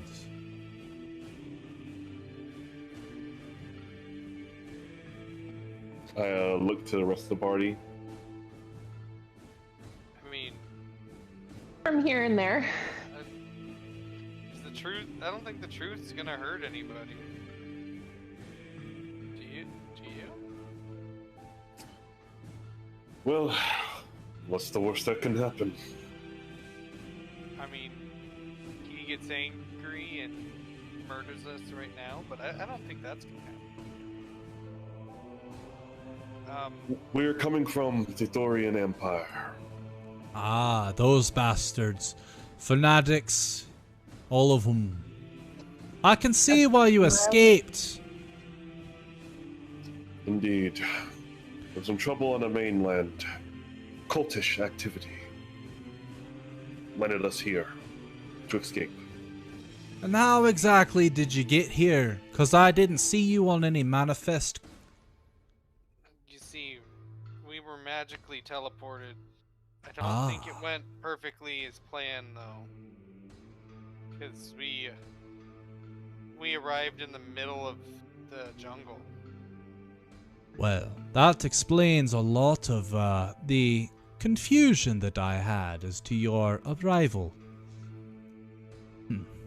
And you can see him take a long draw of his pipe, take the pipe out of his mouth, and he closes his eyes as he holds in the smoke, and he breathes it out of his nostrils. Well, let me be the first to welcome you to Dural. Can I interest you in a beverage? Yes, Yes. please. Sure, Thank you. Thank you, sir. And he points to the table. Help yourselves. If you need ice, we can procure it. Otherwise, please, indulge and have a seat, as we have some things to discuss. Very well. I have something for you, sir. For me. Yes. As a pre-thank you for letting us become a part of the commission. Haha, we haven't gotten that far yet, lass. Oh, but we will. And then Trina's gonna pull out one of the thingers, the booms. Oh, the Basilgeese scale? Yeah. Aye. Joe can say she pulls out a bomb. Yeah. I know, right? I have a present for you, sir. It's like that fucking signature move from Dragon Ball Z Budokai with Hercule giving him the fucking Game Boy. Say goodbye. I've got a present for you. And he Anyway, takes I'm gonna his give pipe him one of the boom scales. and he puts it on the table, and then he comes around from his desk rather. Interesting. I've never seen one up close that was intact. And he grabs it from you, and he shakes it a little Careful with bit, it. and he can hear the sloshing. I will treasure it forever.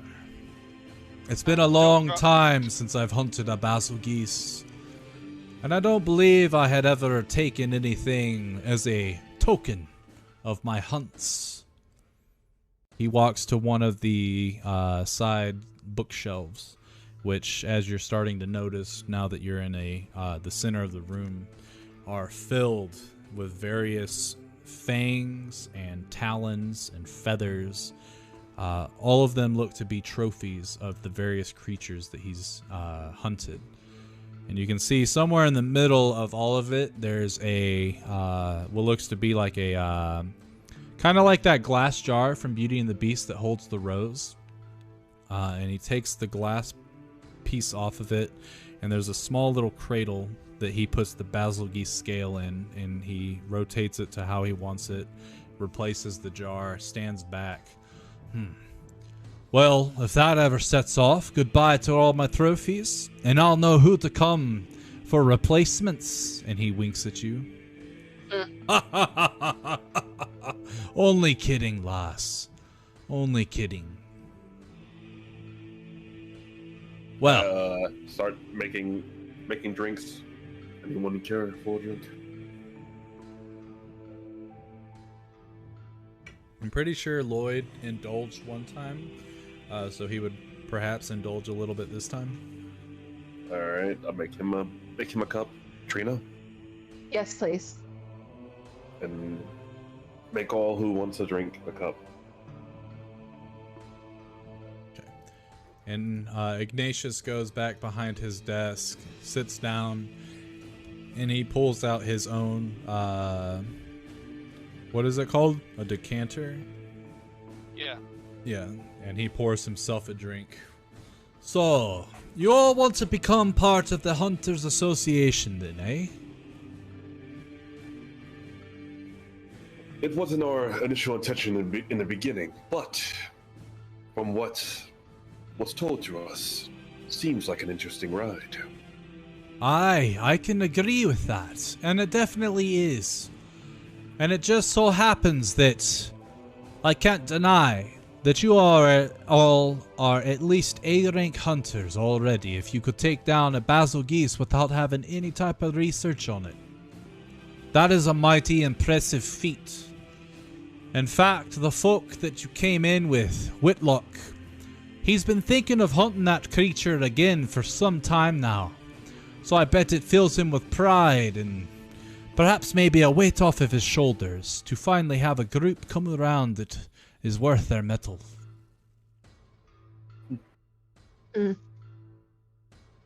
So, if it is your true intentions to become part of the Hunters Association, we can bypass a lot of the paperwork and definitely bypass your trial of hunting something, as you've already proven you're worth it. But there's rules. Things that you must follow, otherwise we will all pay the price for your mistakes. You see, Dinosaur Island, it's not truly ours for the taking. We don't come here to take and hunt for pleasure or fun. It's more of a necessity. The research is being done here by all the various encampments for their empires, respectively. But this island is far more ancient and old than the empires themselves. And with that comes a power that we cannot fathom. Have you heard of the arch-druids of the land, calling themselves the Protectors? It's going to come as a shock to you, sir. We met one. Aye. I'm assuming you met Visander, then, of the ancient forest? Yeah. We did. Well, she's definitely the most honest and caring of the arch-druids. So I'm not surprised you made it out alive or in one piece. But more than likely she didn't go over all the rules with you. So I'll do that. The Hunters Association works on contracts. There are various creatures all throughout the island in the different biomes that you perhaps saw while on the airship, or maybe Whitlock told you about them. These are the only creatures you are permitted to hunt. Should you find other creatures while hunting that there's not a contract for, you are to leave it be.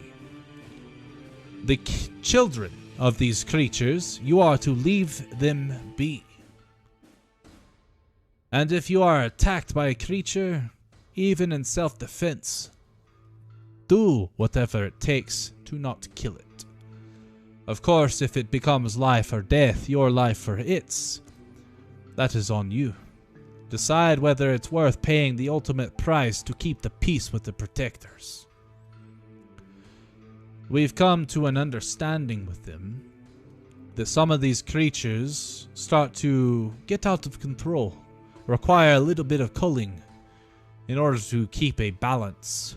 Because after all, that is what the arch-druids want, is balance in nature. Do your best to avoid destroying the environment, because you tampering with it, with your magics, or with the technology that we could provide to you, could have long-term lasting effects, and could cause a surge of mutations to the creatures, as the biology of these creatures is very, very fragile. Everything here is done with the utmost precision when on a hunt. And that is what will make or break you. Other than that, there's not much to it. Take a contract from the desk that you saw downstairs. Go out, hunt your creature, bring back its corpse, or bring it back alive, and get your reward. You get points based on how well you do against the creature. Some of these creatures have materials that we deem highly valuable, and if you're able to find those, or find a creature with those valuables, you'll get a higher reward.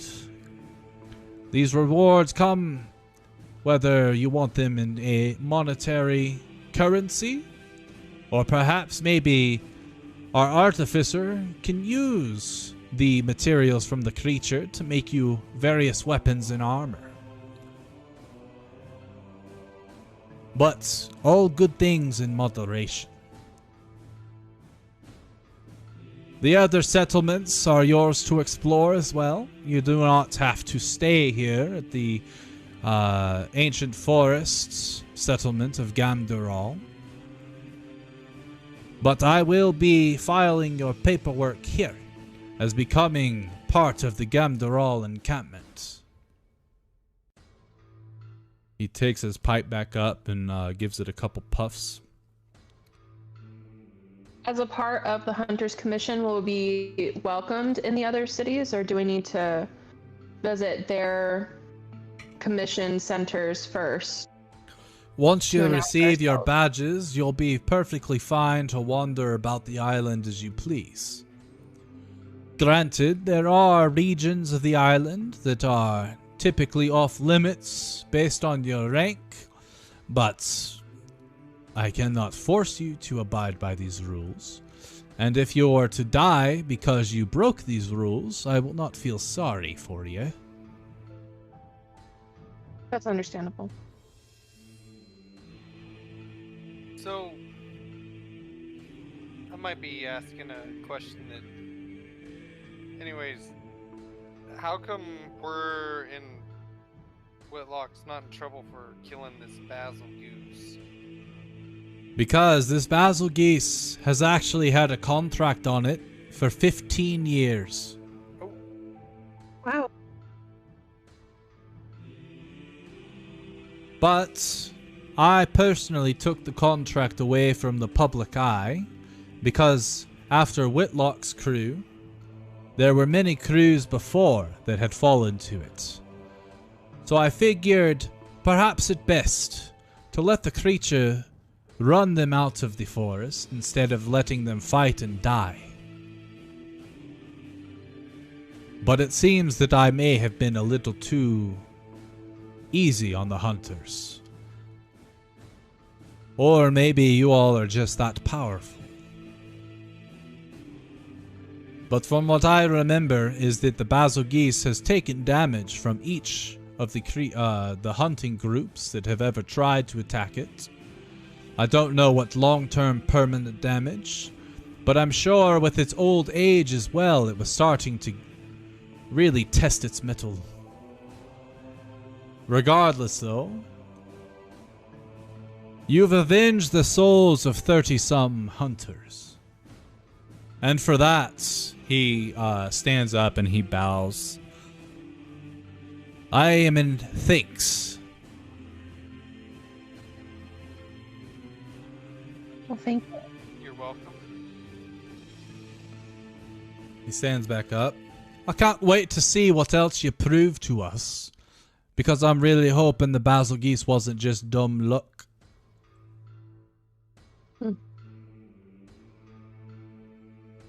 Now, do you all still want to become hunters?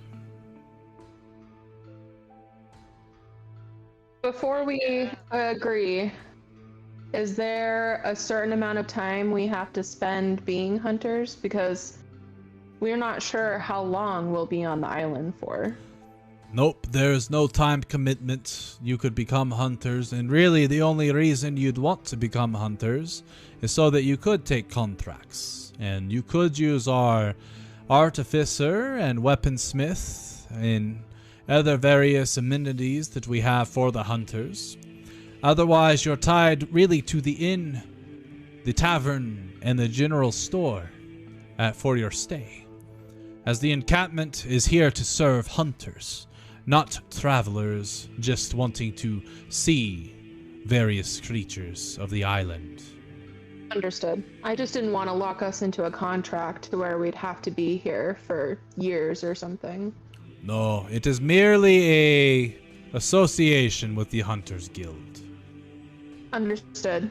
Then I look over to Thorpe and Jim and Kai and I'm like, I think we're all ready to join then. Very well. He opens up a little compartment on the side of his desk and he presses a button. And as he presses the button, you can hear a little buzz outside of the door. And it opens up and Brogdon comes back in. And with him, he's got a bunch of scrolls. Oi! So you are going through with it. That's great news. He brings the scrolls in and he places them on the table that the refreshments were on. Right. Very simple. All this is putting that you agree to hunt based on the association's guidelines, that you will not overhunt, that you will not destroy the environment, and that you expect to be compensated for your troubles based on your contract statements. You have been granted A rank for your hunting licenses, which, to be honest, I've not heard of many hunters that started at a high rank like this before. I believe you're part of the first. So, with this, you will also be given a Hunters Association card. This will show the other encampments that you are part of the association, and that it will also show what rank you are to allow you to certain services of that rank and below. Some services are only available for those that are of highest rank within the association, based on the contracts that they typically take on. It is discouraged of you to go to these associations as a lower rank and demanding just because of whatever reasons you could think of. Other hunters have tried it, and some of them have been demoted for it, so keep that in mind. Otherwise, not much to it. It's a really easy system. You take a contract, you fulfill it, you get paid. You do enough contracts and you'll get an S-rank mission, perhaps. And if you complete that, you'll end up getting a rank up. So, he takes out an ink quill, dabs it in the ink, and he signs all 5 contracts on his part. Well, whoever wants to be first, sign your name here. Thorpe signs immediately. And as he does, he takes this metal card made out of mithril. And it has the Mithril-born clan symbol on one side of it.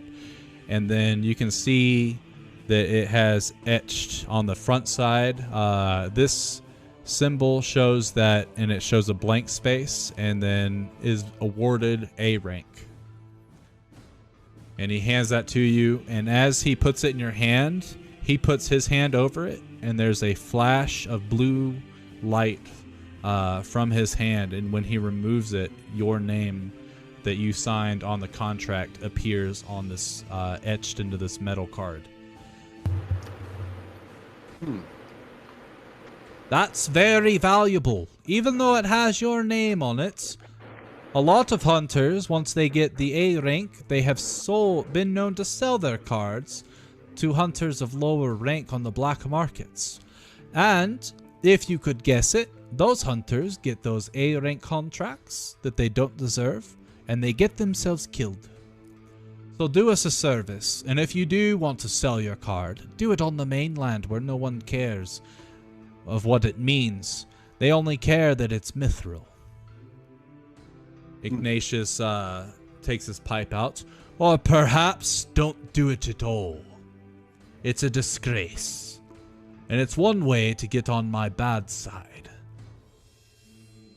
I will treasure it. Thank you. It's an honor. And he bows to you, Brogdon does. Who's next then? I grab the quill like a kindergartner grabs a crayon and sign my name. And then he looks at the contract, hands you a mithril card, and he puts his palm over it, and the same blue light, and then your name pops up. Welcome to the association. And then I would assume everybody else goes through. Aye, we are part of the Mithril-born clan. And to the demise of all the other encampments, this village is actually built on top of a very, very enormous mithril vein. But oh, go ahead. Most of it has been deemed unmineable because of the Druids. So what little we can use, we utilize for hunters of A rank and higher, and anything left over we send back to our homeland. After all, the whole operation of the Hunters Association is to learn as much as we can from the ancient creatures here to bring back for the defenses of the Mithril clan empire.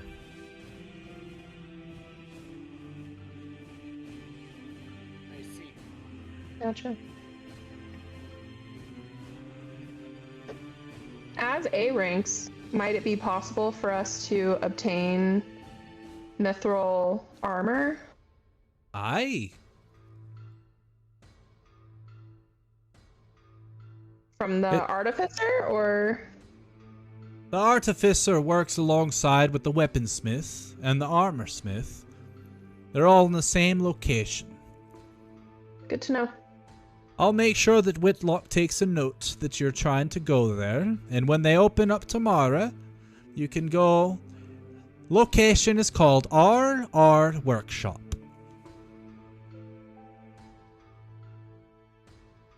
Thank you. Oh, thank you.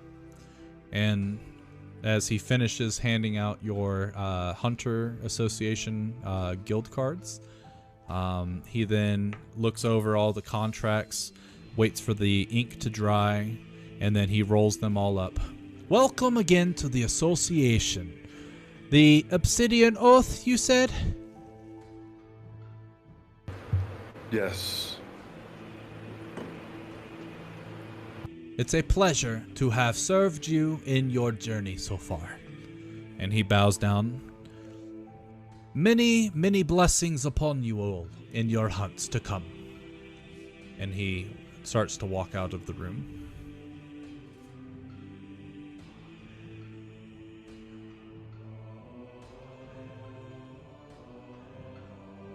Man, we really have an edgelord name, don't we?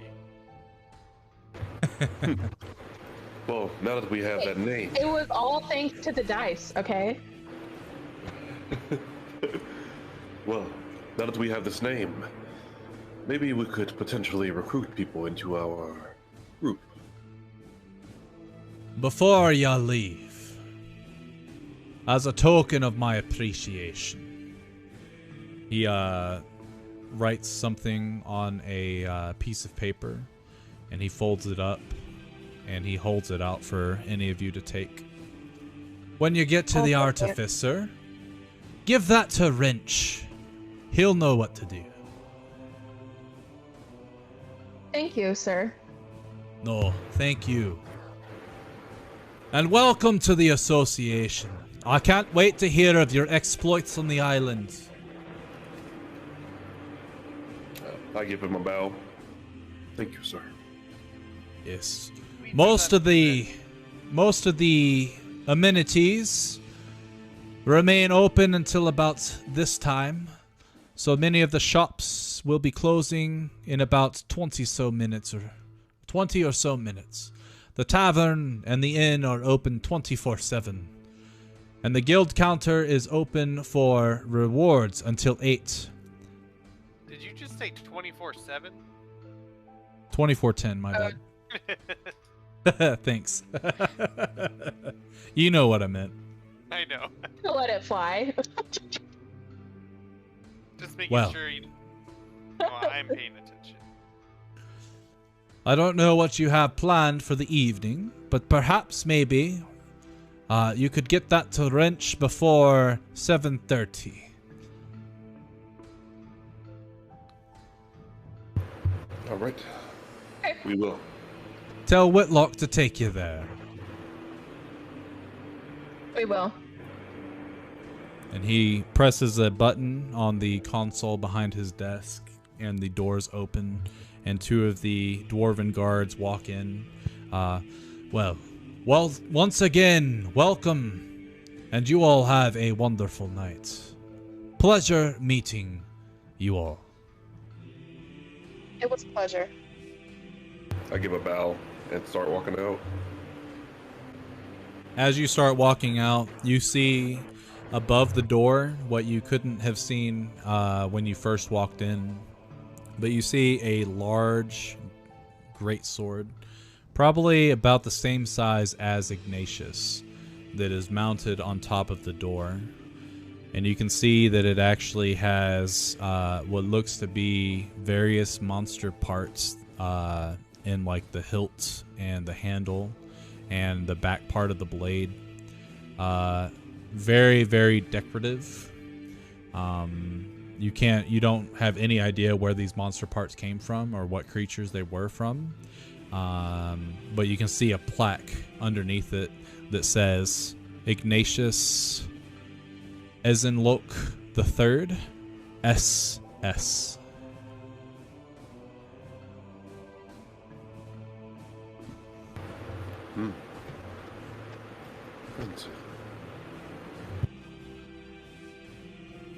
So as you guys are out of his office, Whitlock is waiting for you towards the exit of the place. You see that a lot of the people that were here before, it's definitely calmed down. Not many people are coming here because they are not getting contracts anymore, and some of them haven't probably finished their contracts. There's very few people receiving an award still. But as you guys come to the bottom of the stairs, Whitlock starts to approach you. And he pulls out 5 sacks, and he tosses one to each of you.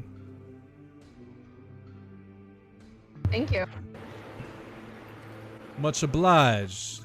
That's your portion of the proceeds from the Nargacuga, as well as the bonus that was received from the Basil Geese. 100 platinum each. Ooh, All right. wonderful. The rest of it. Okay. The rest of it all went to the airship crew for hauling the creature here. I took my cut for the Nargacuga and just the same cut as you did for the Basil Geese, which ended up being about 80 platinum pieces for each of us. Mighty high reward. Say, yeah. Indeed. Well, appreciate it. Does Fire Kai, like, not Not even money? money? I have no such use for your petty currency.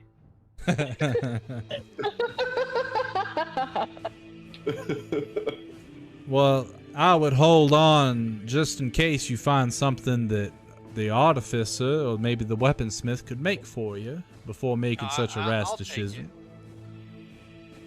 Whitlock holds his hands up. All right, mighty fine. The artificer and them are closing up in about 18 minutes or so as he pulls out a pocket watch. So perhaps we go ahead and head to the tavern then. Ignatius told us to go to the weapons master before they close. Wrench. Very well. Guys, I kind of figure we're all working together. If we need to pool our money, we do it anyways. So I don't think it matters who holds it. Well, I mean, I can put it in the bag of holding, so it doesn't weigh us down. Well then, in that case, let me take you on to Artificer Wrench, and we'll get that all sorted out, and then we'll go have some drinks. Agreed. Okay. So he leads you guys out, and you guys start walking onto the opposite side of the crag. It only takes a couple minutes because this part of everything on this level seems to be relatively close to each other. But you get outside of the workshop and you can see on a large mithril placard, RR Workshop.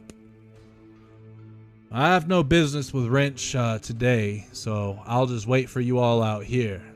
He doesn't much like me smoking. And he pulls out a cigar and lights it up.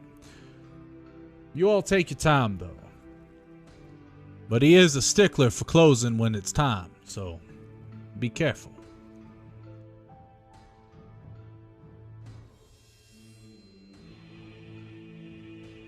Alright, let's... Alright, then. Okay, so as you guys walk up and open the door, you're met with a pungent smell of sulfur. As you walk inside, there is a large sort of hearth, not a hearth, a forge, back behind the counter that you can see that's currently extinguished, but there's still, you can feel the heat coming from it. And this thing is huge. It takes like the whole, it's like 30 feet wide. And it's like 20 feet tall. It's absurd how big this forge is. But you can see different various pieces of equipment that are currently being worked on that are at the edge of it. Different swords, ammunition, armor pieces, things like that. On the walls, you see all the different various pieces of equipment that have been crafted from various monster parts and things like that. And as you walk in, you hear a voice coming from a little box that's on the counter.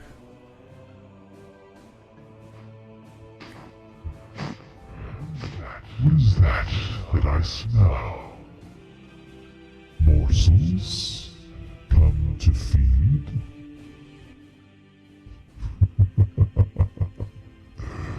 You've come much too late in the day. There's no way you've come here seeking equipment from me. Not in the late hours of the evening. I've got my rest that I need to catch up on. So perhaps maybe you did come to feed me.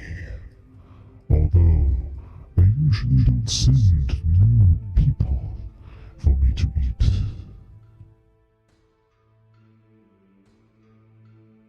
Is that you, Mr. Wrench? We have a note from Ignatius. Oh, no. I'm not Wrench. Wrench works for me. My name is Nimrod, the Eternal Flame. The purveyor of this workshop. The reason this mithril can be heated and hardened so quickly, because without my flame breath, it would be impossible. Well, it's a pleasure to meet you.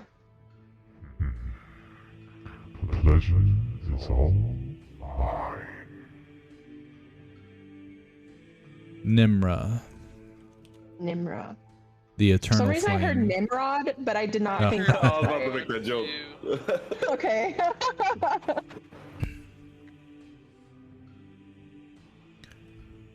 Give me a moment if you're looking for rich. I'll fetch him. I was like, I'm expecting a gnome here, not a demonic voice. Pretty cool though.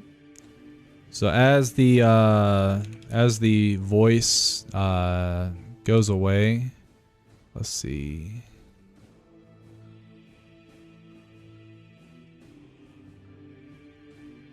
I'm excited to hear Brady's gnome voice. Yeah, as the voice goes away, another voice comes on. Hello, I'm the Wrench. How can I help you? French, we were sent here by Ignatius. Ignatius, you say? Whatever for? We have a note. A little more about this note? I didn't Fine, read fine, it. fine. I'll come up. Don't stand in the middle of the four-way, please. Back up, back up. I can see you. You're standing right in the fucking middle. We back up then? Yeah. All right. Be right up. And you see the floor, there's like a metal, kind of like a manhole cover, but it splits in two and opens up into a hole. And you can start to hear what sounds like a engine whirling. And then it's like a small little elevator. And as it gets to the top, you're met with an unsuspected sight. You see a red kobold with a artificial arm. He's got these goggles on his head that you can see have these magnification glasses, and he's currently got them on. And as he comes up, oh, tinier folk than me. Not used to this type of sight, I'm not. French? Oh, yes, that's me. How are you all so tiny? Your glasses are still on. Oh! And he clicks a button, and you can watch as the lenses refocus and go away, and he takes the goggles off. Oh, you're much bigger than I. Well, Jim's probably the same size, aren't you, Jim? Oh, no. He's smaller than Jim. He's a kobold. I know, it was a joke, but... Okay. Are kobolds really that small? I thought they were the same size. Or they've got to be. Actually, they might be they're medium. scrawnier. Yeah, they're No, scrawny. definitely small, but they're skinny. Yeah. So yeah, that's why I assume that he's smaller than you. He might be about the same height, actually. But I always think of them as like Gex the gecko. Like really kind of tiny. But yeah, he gets down and he's like, well, about this note, you've got something from Ignatius, you said.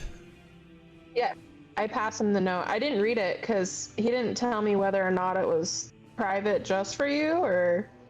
I don't know. Anyway, here it is. He reaches out with his metallic arm, grabs it and opens it up, and he starts to read it.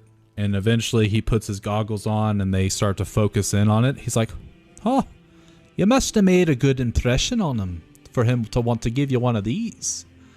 He takes the goggles off and he crumbles the note up and heads behind the counter. I'll hurry up and get this before Nimra gets upset. She doesn't like when we're open too late. She. Aye. Noted. You're all new in town, I presume. I've never seen you. Yes, we are. We just badges today. Well, Nimbra stokes the fires. She's what keeps this place burning hot. It's sometimes unbearable, even for me. But enough talking, enough talking. He starts to muddle through a bunch of things behind the counter. And eventually, here it is. And he picks out this small golden, looks almost like a large pill. And he puts it on the counter. There you go. I'm gonna pick it up and look at it. Okay. Can you tell us what it is, Wrench? So as you touch it, you feel a surge of magical energy come through your fingers. And it actually, like, the moment you touch it, it kind of jolts. And as it does, you see these tiny little holes pop out and 6 gold legs come out. You see the top of the pill sort of disconnect from like the midpoint and rotate into what looks to be like 2 gold eyes. And then you see 2 slits come out from the top and these 2 tiny silver wings pop out. And the thing that you're looking at looks much like a bee. Aye, Ignatius said that you all could have that. Something he doesn't allow me to sell very often. I call it the clockwork healer bee. Oh. Interesting. Are you guys able to see the sheet? Yeah, Yeah, reading it right now. Yeah, Essentially, it'll go around and it holds medicine that replenishes itself. And it'll inject that medicine into your allies to help heal them up. upon hearing that, Thor pretty much sighs like sigh of relief. Whew. Finally. it's a cool item. That is really cool. Aye, it is. One of my masterpieces, I'd say. It's wonderful, Wrench. It's cute. Is this your Thank birthday you. present?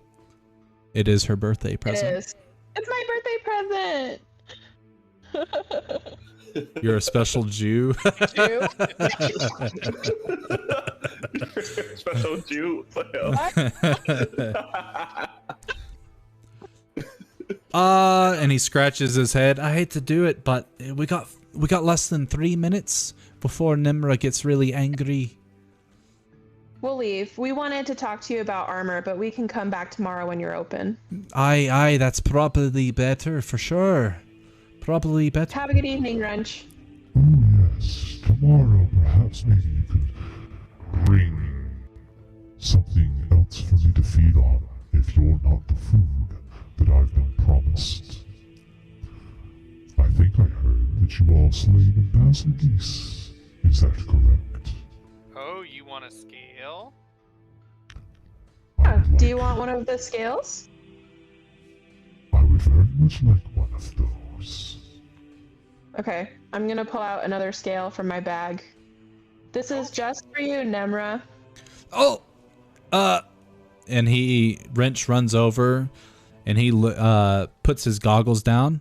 I've never seen one of these close up. And you won't if you keep that attitude. Drop it down the hatch, you miserable whelp. Oh, please, if you would hand it to me so I could get it to her. She's Here getting you are, cranky. Nemra. I'm Thank Wrench. you for allowing us to come. No, I know. I'm thanking you and Nemra because I want to get on her good side. And he goes to a hatch and he opens it up. And the moment he opens it up, you can feel immense heat coming from this chamber. And he puts the basil geese scale and it drops down, much like a laundry chute. And you hear it as it falls.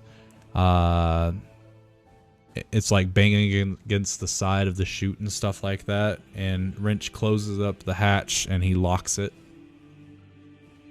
Oh, I've got cleaning to do, so if you wouldn't mind, we can talk about armaments and equipment tomorrow. See you tomorrow. I give him a bow. Good evening, Nemra. Delicious. I think that this tastes way better than you all would. Perhaps maybe you could bring me another tomorrow. Perhaps. Enjoy your stay. Have a wonderful night. I open the door for everybody. And as you open the door, Wrench, you see his hand, like for a moment, you see as the fingers start to essentially twist and turn and transform into something different. So instead of, he's pretty much kind of like got an R2-D2 hand. It's got a bunch of different tools on it. But he does that, and then he pushes into the cracks of some of the stone, and you can see him unlocking something. And as he does that, various pieces of the stone come up, and these small little contraptions start coming out and cleaning the entire workshop. So he has a Swiss army. Yeah, Swiss arm me. Ha ha. Oh And my so yeah, God. there's like a dozen of these tiny contraptions, all of them doing something different. There's a DJ Roomba. There's a thing that scales the wall and cleans all the soot. There's a couple things that go into the forge and clean up the ashes and stuff like that of the Man. remnants of stuff that they burnt too much. Man, he's really handy with that. That one never gets old. Oh, my bad. That's not Whitlock's voice. That one never gets old. A wise man once said, "Man who no have girlfriend come in handy." Fucking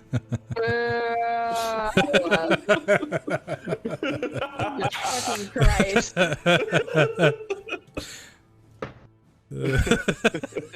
That's a good one. That's a good one. I'm gonna use that at work tomorrow. It's supposed to be Confucius say, Oh "Man who no yeah, have girlfriend come in handy." that's funny. Well, shall we head to the Blue Bullet? Yes, Lead let's. the way. And he starts leading you down the street, pretty much in like the middle, a little to the offset of like the crack that created the split between this cliff. And outside of this location, you can see, which is made out of stone, a very intricately detailed wooden sign called the Blue Bullet, which has the creature that looks like, where is it?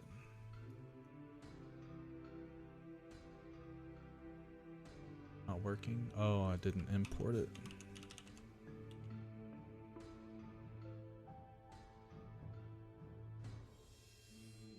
Clockwork either be. Buzz, buzz, bitch. That's For some reason, That's it exactly won't what Trina import says. that Every time active. she. Yep, pretty much. I would say that. Okay. Well, anyway, it's got the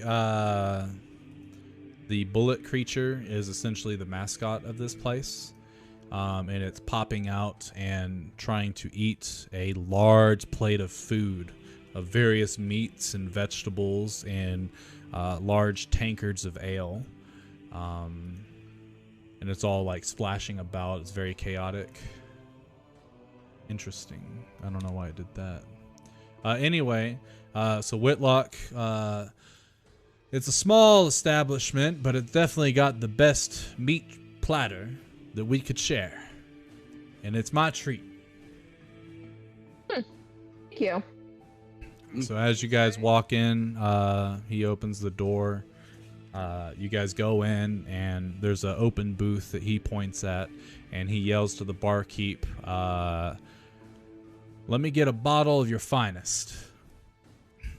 And as you go to sit, and the bartender comes over with a bottle of very fine dwarven brandy. He begins to pour you all a glass, and you guys hear a voice call out to you. A witch, a wizard, a devil worshipper, a demon, and a halfling walk into a bar.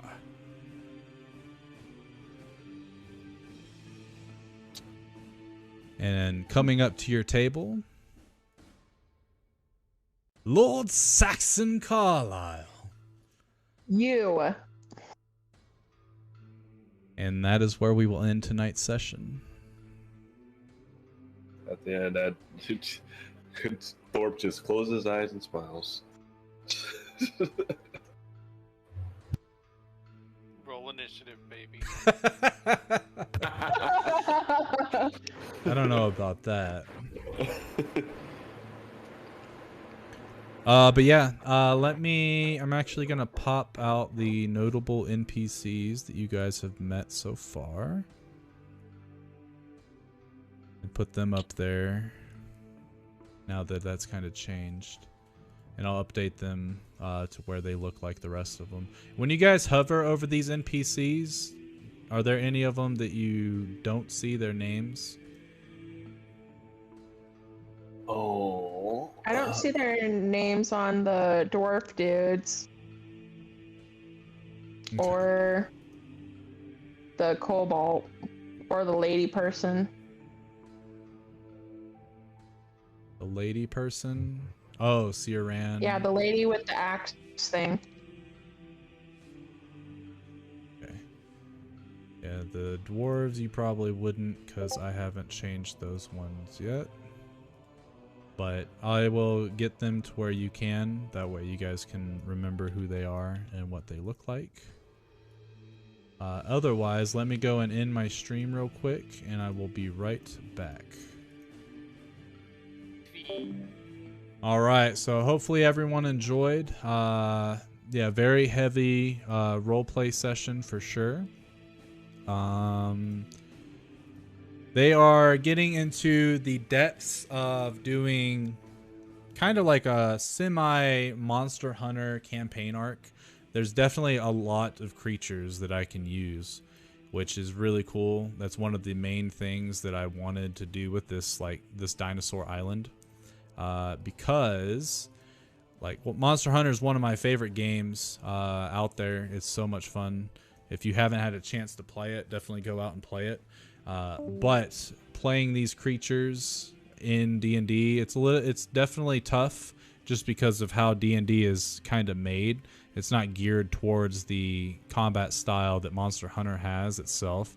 So it's a little challenge for me to try to spice things up, change things how I do things.